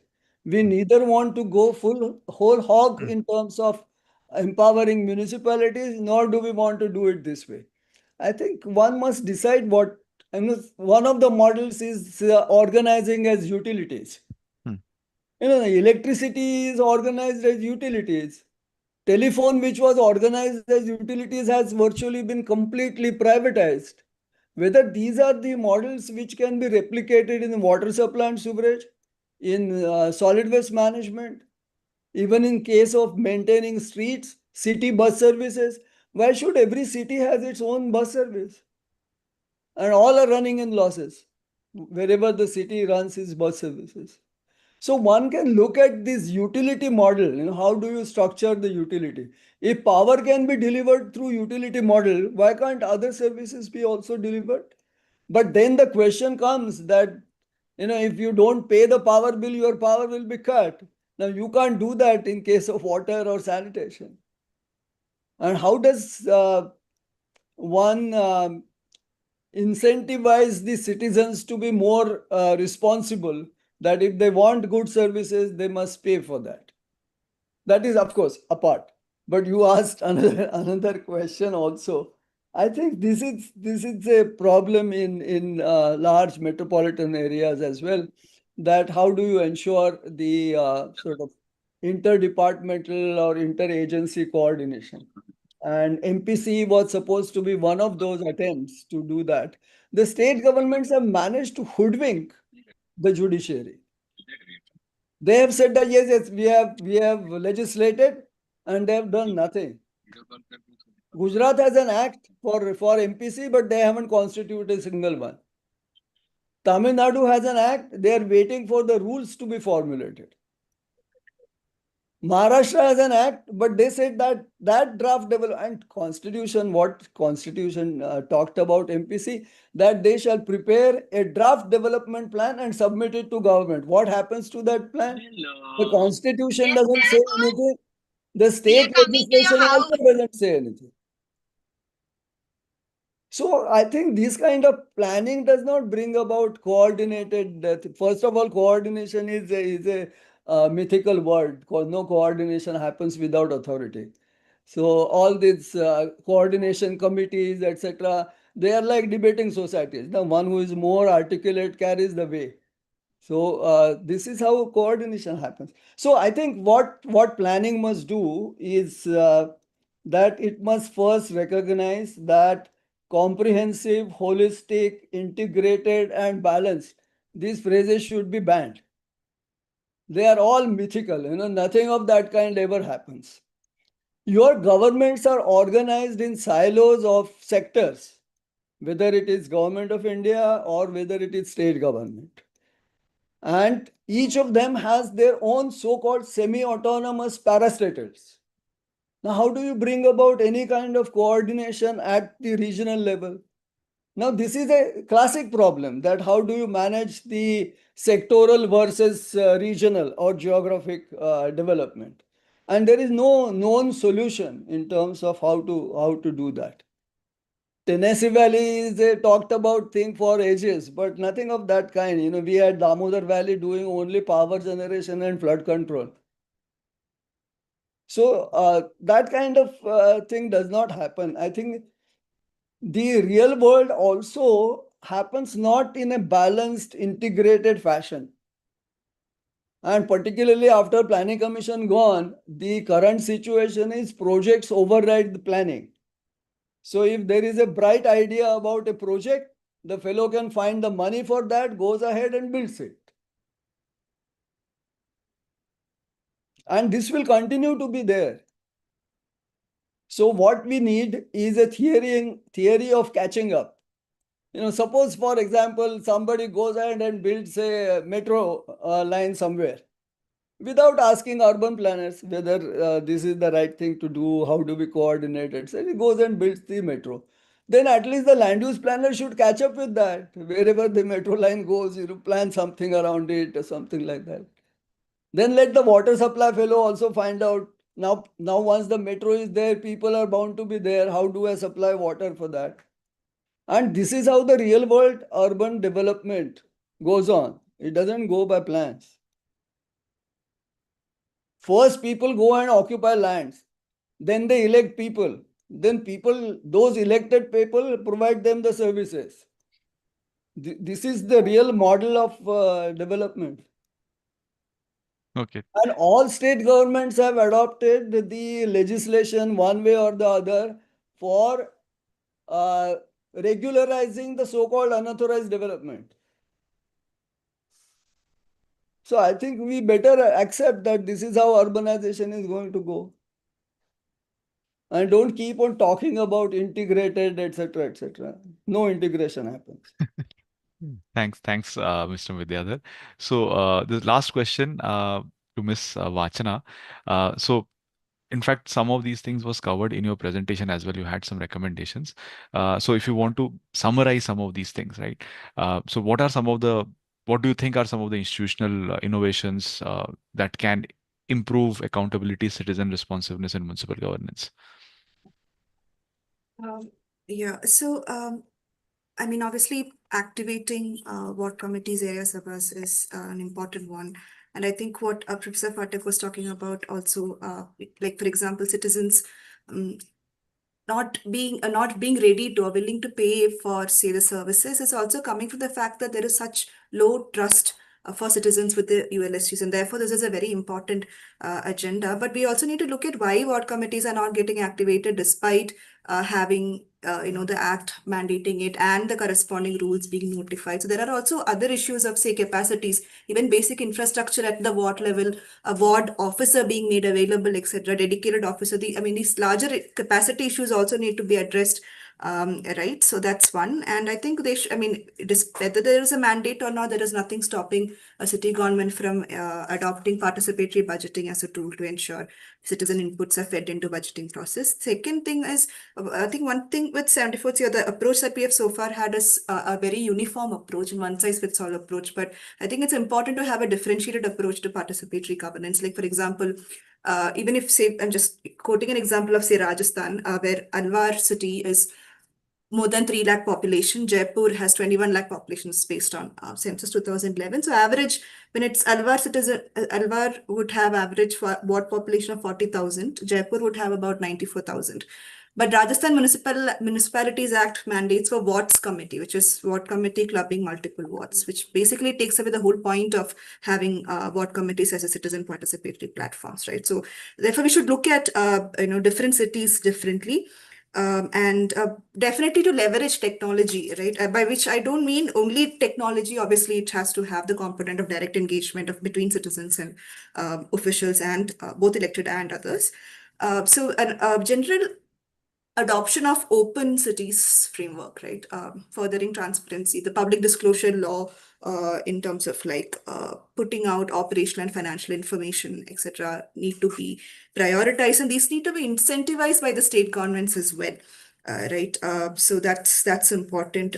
There has to be, and these online platforms can be not just for citizen grievance redressal, but also for citizens to contribute ideas to solve for challenges, to volunteer with city governments, etc. as well. So that's something we could definitely leverage, and these efforts should actually be incentivized by state governments. And very important to have a body of ombudsman, like a local body ombudsman as it's there in Kerala, Tamil Nadu, so that citizens also have another recourse mechanism if there is a municipal service related issue and corruption issue as well. So I think these are some of the things that we can look together. I mean, need to come together for participatory governance. Yeah, thanks, Ms. Vachana, for comprehensively putting all these things together. So that kind of ends our discussion here, but we can take some questions from the audience, maybe for the next 5 minutes or so. But before that, one thing, see, some of the problems that we discussed today, it's not like they're new problems, right? We have been talking about it for a while now. And again, states taking the initiative, this is something also has been discussed in the past. It is not something which is new. Now, is there any, do you think any particular incident or tipping point can bring about a change from the status quo?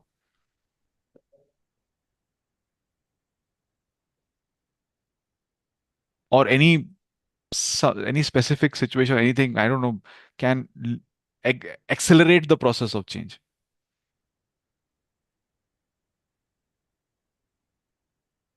Again, Sarthak, I would say these are very profound questions you are Yeah. putting out there, right? Okay, sorry for that. Which I don't think people have answers to, and Okay. we should be answering Yeah. without really understanding, what is going on. Mm. Okay, I don't think our current knowledge base really equips us to answer this Okay. Yeah. fullest extent. That No, would I be was my, just my limited capacity. That is my rather opinion. May I come in here? Yeah, Mr. Ramnath. It's not that these several issues have not been thought about. We had the Charles Correa Committee, of which Mr. Pathak himself was a member. They were very valid and eminently sensible suggestions that were made. We have had the second Administrative Reforms Commission, which went into detail as to what should be done with urban local bodies, what should be the role of the mayor, etc., etc. In many states, there have been attempts at looking at urban local bodies, and committees have been formulated to suggest very radical reforms and far-reaching reforms. These are all on record. The question is, who bells the cat? And we are here struggling with the innate problem of power, and that is that no one wants to give up power. It's in the nature of power that it is very difficult to give it up. So we have a situation where states do not want to hand over anything to the ULBs. ULBs in a similar situation do not want to give them to wards committees. Wards committees do not want to hand over any room for citizens' bodies.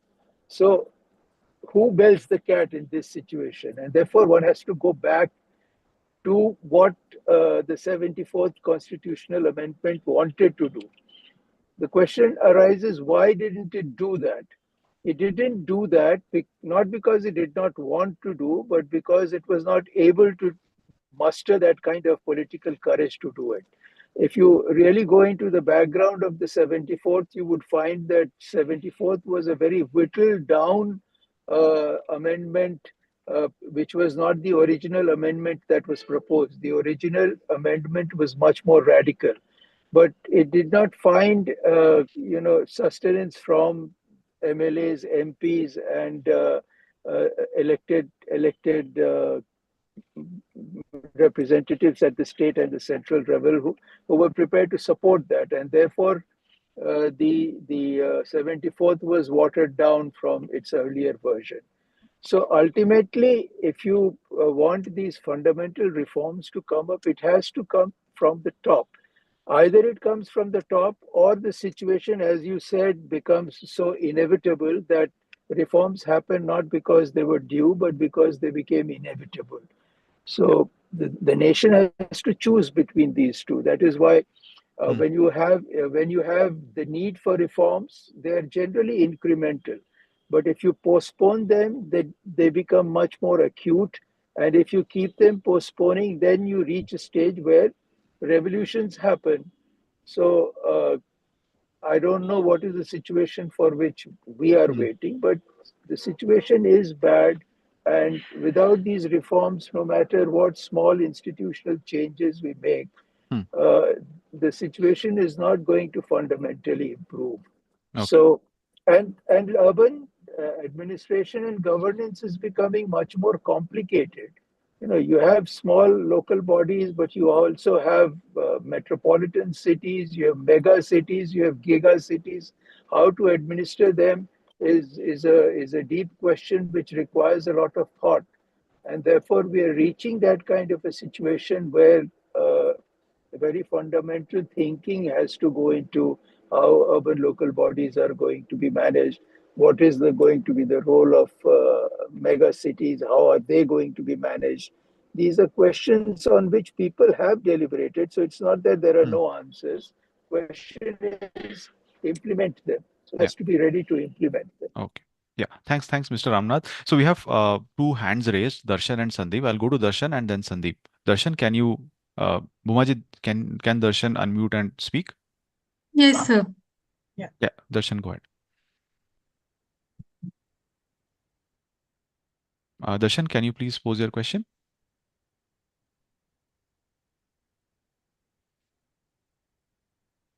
Darshan, can you please speak? Okay, in that case, maybe we'll go to Sandeep. Darshan, can you please put your question on the chat box? Sandeep, can you please? Can you hear me? Yeah, we can hear you now. Yeah. See, I had a very small point to make that, there was this discussion about inefficiencies and willingness to do. I am not going into what the experts have said. I'm just saying, I'll give an example of Surat Municipal Corporation. There was a municipal commissioner called S.R. Rao who came in the 90s, and he changed, like, it was the most, dirtiest city in India, which is today the second cleanest city in India. And what he did was he changed the mindset. Reforms. He brought reforms at every stage of service delivery. Also, there were reforms in service delivery. And the first thing he did was he showed it to his officers and to the people that if the municipal corporation wants, this can be done. Okay, and you'll be, as I because I've covered it as a journalist, I know how it happened that people themselves came out to demolish their houses who were becoming encroachments. They turned around the entire city and its mindset, which is still, you can still feel it. So I think there's a lot of things which can be done internally before the thing that we're talking about right now. That's my observation as a journalist, and I also teach journalism now and I teach urban development to students. So I think I've seen it happening. That's just one example I wanted to give. Thank you. Anyone would like to take this up? No, I think S.R. Rao case, it was triggered by the plague in Surat. So I think our society is such, it needs a very serious trigger to act. So, In a normal situation, chalta hai, so why should we do such things? This is how we work. and also to add, Now we can't say that the city should have plague, so that something like SR Rao, what SR Rao did in Surat can be done in that city also. to Mr. Vidyadhar's observation. See, again, one individual, again, maybe an exception. We need to think of changes at the institution level. Maybe that person was an exception and he brought about these changes. So So, that was just an example I gave yeah, of yeah, like this also happened, this yeah, they talk about like efficiencies and the willingness to do it despite yeah, all the limitations. So yeah, yeah, that's it. yeah. Thanks, Darshan. Sandeep? Hello, Sarthak. Thanks for allowing me to speak. And this sort of feels like a homecoming. Namaste, Kirti, bye, and everyone else. Yeah, so the 74th is something that I work a lot grappling with it on the ground. Like right now we're fighting the Greater Bengaluru Governance Act, which is completely unconstitutional. It's created another layer above the local self-government layer, which will be obviously controlled by the state government. And I was just going through this. A couple of things that I've come across recently is that in the 80s under Rajiv Gandhi, this amendment for urban governance was first moved at the 65th amendment, which was far more radical, as Dr. Jha said. And it was actually not approved by the upper house. It was passed in the lower house. So the MPs were in favor of it. All those jobless elite who sit in the upper house did not allow it to pass. This was their greatest act of lack of patriotism. I mean, it's treason, if you ask me. As a result, our cities are suffering. In fact, the 65th Amendment had listed 37 functions for urban local self-governments. And in the 74th Amendment, it was watered down to 18. But there is a distinction, and I keep bringing this up to people. The popular myth is that the state government may devolve only 18 functions to the local self-government. But that is not the case. If you go to section 243WA2. This is where it says that devolution can happen. And what it reads is the performance of functions and implementation of schemes as may be entrusted to the third tier by the state government. It follows from 243W, which is powers, authority, and responsibilities of municipality. It says the municipalities with such powers and authority may necessarily, may contain provisions and all that, such as preparation of plans for economic development, social justice. And it says the performance functions may be entrusted to them, including those in relation to matters listed in the 12th schedule. This is the only reference. It says including the 18 functions that are there in 12th schedule. So my question to all of you experts is this: if that reading is correct, so the Constitution doesn't say the devolution of powers is those 18. It says, including those 18, the state may devolve any function that it feels that the city government requires to function properly, which means it can devolve 5, it can devolve 15, it cannot devolve less than 18, because it says including 18, which means it can devolve 18, Yeah. it can devolve 19, 20, 50, 100. Okay. Yeah. So I think we got the City question. governments cannot function without a lot of critical functions which are not in that list, such as transport, which is the main thing, right? And irrigation, ecology, a whole lot of things. Yeah. Anyway, I'd like everybody's input on that. Thank you. Yeah. Anyone wants to take it up? I said no, that state, whatever is there in the state list can be given by the state government to the municipal body. But the issue is the willingness, the political economy. Earlier you asked why the states are not doing that, because nobody want to give control over the state urban aspects. And Sandeep, And then there is no bottom up pressure. Therefore, I said a whole churning has to happen in the society. and What to we add want to that, do with our cities, what we want to do with this, how we want to them govern them. Tipping point, as Jha sir has said, either a worse situation, urban living become nightmare, and then people raise. But we don't want that kind of a situation. Everything has been discussed. There are recommendation and all that. It's the willingness. I agree with the earlier Darshan also. Not only a SR Rao case, there are many others. For example, latest is Indore. Indore can become one of the not very good clean city in history. Has become number one, and everybody who visits, I have myself visited 5 times, and I have seen Indore has transformed, and whole society has transformed. It's not only government; it is the people who maintain the cleanliness of the Indore city. So that social transformation has happened. Correct. It can happen in any city. As I earlier said, no constitutional amendment required. But what is required is a willingness at all levels to change the way we are doing and breaking this impasse. And There adding to can be a Dr. systematic way. There can be systematic way deciding the urban policy, carrying out appropriate legislative changes, creating the capacity, giving all that what we learn in a political science and public policy. It can be that way, or just simply all stakeholders come together and do it. Yeah. So again, adding to Dr. Joshi's point, so Sandeep was saying, oh, they can give more functions. If you had noticed Miss Vachana's presentation, on an average, only 4 functions were being devolved, right? So you can. No, but Sarthak, the clarification I wanted is because we are all experts in this domain, we are propagating a myth. Okay. I think all of us should correct ourselves because we are leading everybody to think only 18 functions are devolved. And then we get discouraged because if you look at that 18 functions list, no city government can function with those 18 lists. Okay. So we should all self-correct. And I'd like all the expert at least to go and say that we're not limited by those 18. 18 plus functions have to be devolved. And I totally agree with the other participants who said that it is only a demand which will change this. Citizen demand is not happening. Urban population is the worst in terms of making demands on government. Rural populations make demand and they're very, very explicit, which is why the 73rd is better and that's why the 73rd is implemented.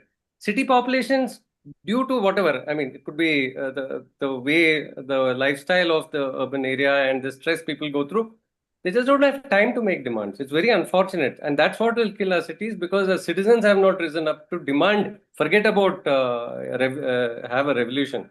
Okay. So, yeah. Thanks, Sandeep, for the observation. Welcome. So, May I make a small point here? Yeah. I think this point has not been covered, although the schedule 12 with 18 functions is a suggestive function, and as rightly said, you could give more functions, and there are many cities that are having more functions. The basic point is not having functions. The basic point is performing them. You cannot perform functions if you do not have the finances, because a function performance requires finance. And therefore, there has been this theory that I have been, there's this line of thinking that I have been pressing is that give only functions if you can fund that mandate.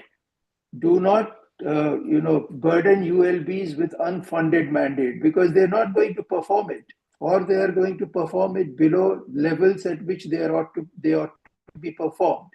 Therefore, the funding part is extremely important, and unfunded mandates only make the situation worse for ULBs. Yeah. So thanks. Just to add on to Sandeep's point right here, where he says there's not a demand, for services from citizens of cities. The citizens of cities do not demand things from their local government. Why it is so is simply because of the opportunity cost of demanding something for what it is worth of an urban city dweller vis-a-vis that of a rural, of a village dweller. It is not worth their time possibly. And they can get it from other sources. So why bother? Just imagine that if you have an issue with probably your land title, we all know what we have to go through, right, to sort it out. We all know if there is a judicial case, what we all have to sort it out, that we want to limit our interactions with the government. We don't want to increase it. Right? So when the government, simply in rural areas, the rural areas, a large chunk of, the rural population depends a lot on the welfare schemes. The urban population does not. So why do I need to interact, with the government and increase the demands on my time when I should rather be out there, and making a living? Yeah, that's a very interesting point. Thanks, Dr. Debarpita. So, I think we don't have any other question, any hands raised, or any more Sarthak, question if from I the. may, there's Yeah. a related thing. We are Uh, filing yeah. PIL in the Supreme Court, largely on the non-implementation of the 74th Amendment. So if people who are watching this program or are participants and your networks, we would like a lot of you to come forward and implead into that case. And I'm openly inviting everyone. Yeah. If probably Bhuma or somebody, Dr. Bhuma, if you could coordinate from among your network, all those who are willing to participate in this, because we want to shake the government out of its sleep, Thank you so much. Thanks, Sandeep. Over to Mr. Kirtiji, and Kirtiji also has some announcements, I guess. So yeah. No, really, I don't want to make announcement. I just want to make a few points very Can you be a bit? Can you be Can't closer to the hear you, mic? sir. Can you hear me? Yeah. No, Better. very faintly. Now? I think it You're is very better faint. than. Yeah. Maybe you can speak a few lines. Just a minute. Let me see. Can you hear me now? Yes, I can. I can hear. I don't know. Okay. It's quite faint. Faint, but Still very faint, yes. no, I don't really have time to kind of put together a coherent narrative, but I just want to make a few points very quickly and very fast, without taking too much time. Number one is this, that when I was trying to put together this meeting on 74th Amendment, and I was basically, I think, approaching all the big and brilliant and knowledgeable people. You know what was the response? He said, why are you doing it? It's a dead horse. Why are you flogging it? 32 years, nothing has happened. What is there? Why don't you forget it? And I think this particular voice of despondency is something which is very important to look at the level it comes from. This is number one. I don't have time to elaborate on this. The second point I want to make is this. Question is, why, and I think Sarthak ji asked this question time and again, why is it not happening? What should happen? And if it is not happening, and if it's not going to happen, what are the consequences on people? Consequences on cities? My dear friend Rakesh and I think Vidyadhar pointed out that he says the urbanization is not fast enough. But if the figures are correct, if there are going to be 870 million people in the cities by 2050, and if you are talking about doubling of the urban population in the next 25, 30 years' time, and if things don't change, what will happen to the cities? Would they become chaotic? Would they become unlivable? Would they really, I think, explode? And I think this question needs to be answered because things are not happening, and everyone says they do not look like happening. That there is no mood, there is no trend, there are no indication that things would happen. And what I'm saying is, I go on shouting and say this, that to me, urban challenge is worse and more difficult than the climate challenge. Because it's happening in front of us. And if you don't act, just imagine what the consequences. But third point that I wanted to make very quickly was this, that if nothing happens, would there be a chaos? That's the larger thing. My next point is this, that we're doing a small little study called Cycle and City. And we are doing this on Ahmedabad. And yesterday, my colleague was saying that we finished 100 interviews.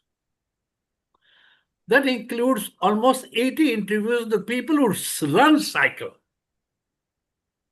Now, so every time you talk about cycle and city, you talk about, I think, dedicated lanes and talk about this and that.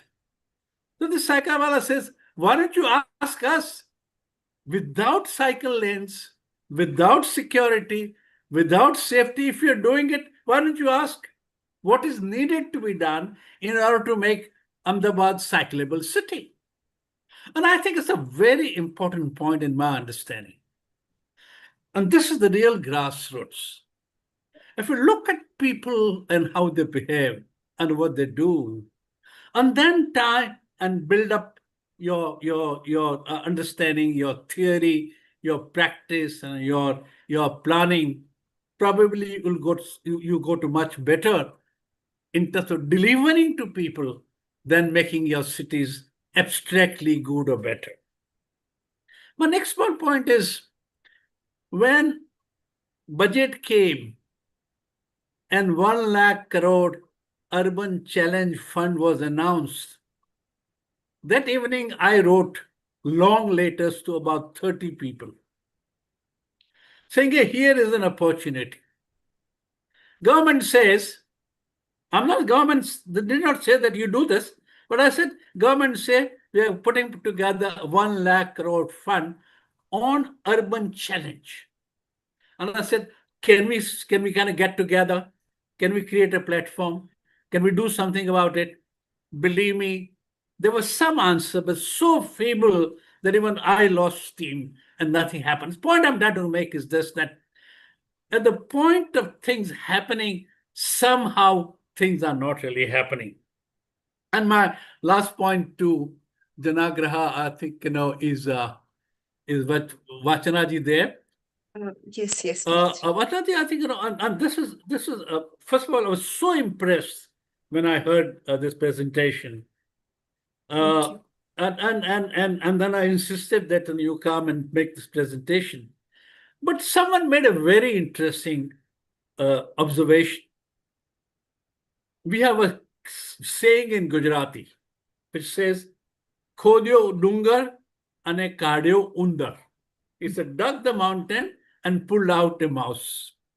So he said, if they have studied so much for 4 years and came out and studied so much, and if you look at the recommendation, he said that recommendation could be without doing all this exercise. Point he was making was very interesting. That the devil is in the detail. That if you really have gone through such meticulous detail, you're the one who must be able to come up with models, with designs, with structures, which probably understand why it's not worked better than it has. So, and I thought it was a very interesting point, because you're here, and it's such a wonderful work with CAG. I thought I'll point this out. And my last point is this.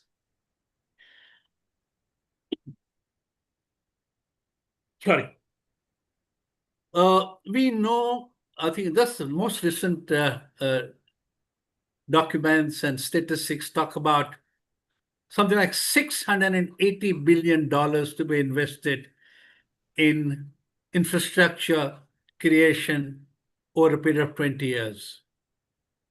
Now, this particular figure should be looked in the context of what happened under JNNURM.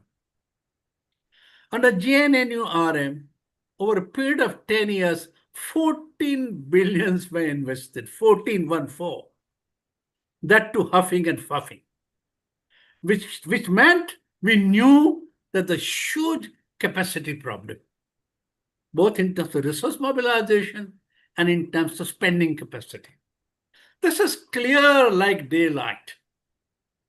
It's now almost 10 years. Why have we done nothing on the aspects of capacity building of the city? And all that point that what you're talking about essentially are in the detail. But why has that not really happened? Do you require additional research? Do you require additional funding? Here was a well-conceived program, and you couldn't do much about this. And I think, what you require to do is 20 times more, 30 times more in terms of resources and in terms of spending. Why is this, let alone the revolution, let alone fundamental reforms and changes? Why can't we do the simple things that we see in front of our eyes, and that is not happening. So those are the kind of questions that I thought, very important to me, and I thought I'll share them without having the time to put them together coherently. So thank you very much. That's my last responsibility. Everyone, I'm very grateful that you came, you spent time. It's one of the best panels we had. Brilliant people, and they made time and they came and made this presentation. I'm personally grateful to you. Maybe Vidyadhar will call again in no time, and please don't say no. We would be having a second webinar on one or the other subject. And I'm also grateful to my colleague, Dr. Bhuma Raman, who is here, and Chitrakshi, who looks after all the nitty-gritty and logistics of organizing this. Thanks for doing this. So thank you very much. Thank you, Sarthak ji. You just come back. I know you're very busy, but you'd agreed while you were in London that you'll come and handle this. So thank you very much. Thank you, Debarpita ji, for your time and coming. साहब जी बम्बई पहुंच गए? Ramanath sir. Yes, He probably has reached Bombay. He was in the bus. I have reached. And oh, sir, have you reached Bombay? Yes, I have. Okay, so thank you very much, sir. He was the one who's saying, why are you doing all this? It's all gone. Kya hai? It was wonderful, Ramanath sir, in terms of fun. You're going to be again with us on Pune pretty soon in the next 2 weeks' time. So thank you very much, and we're grateful to you for your contribution. Thank you. Thank you, everyone. Thank you, everyone. Thank you. Bye-bye. Bye. Good night. Vidyadhar bhai? He has left. Okay, thank you, Kirti ji Thank and you, Bhuma Sarthak. Thank ji. you, Sarthak. Okay, Thank you. Thank you very very much. Thank you. Darshan, thank you, bhai.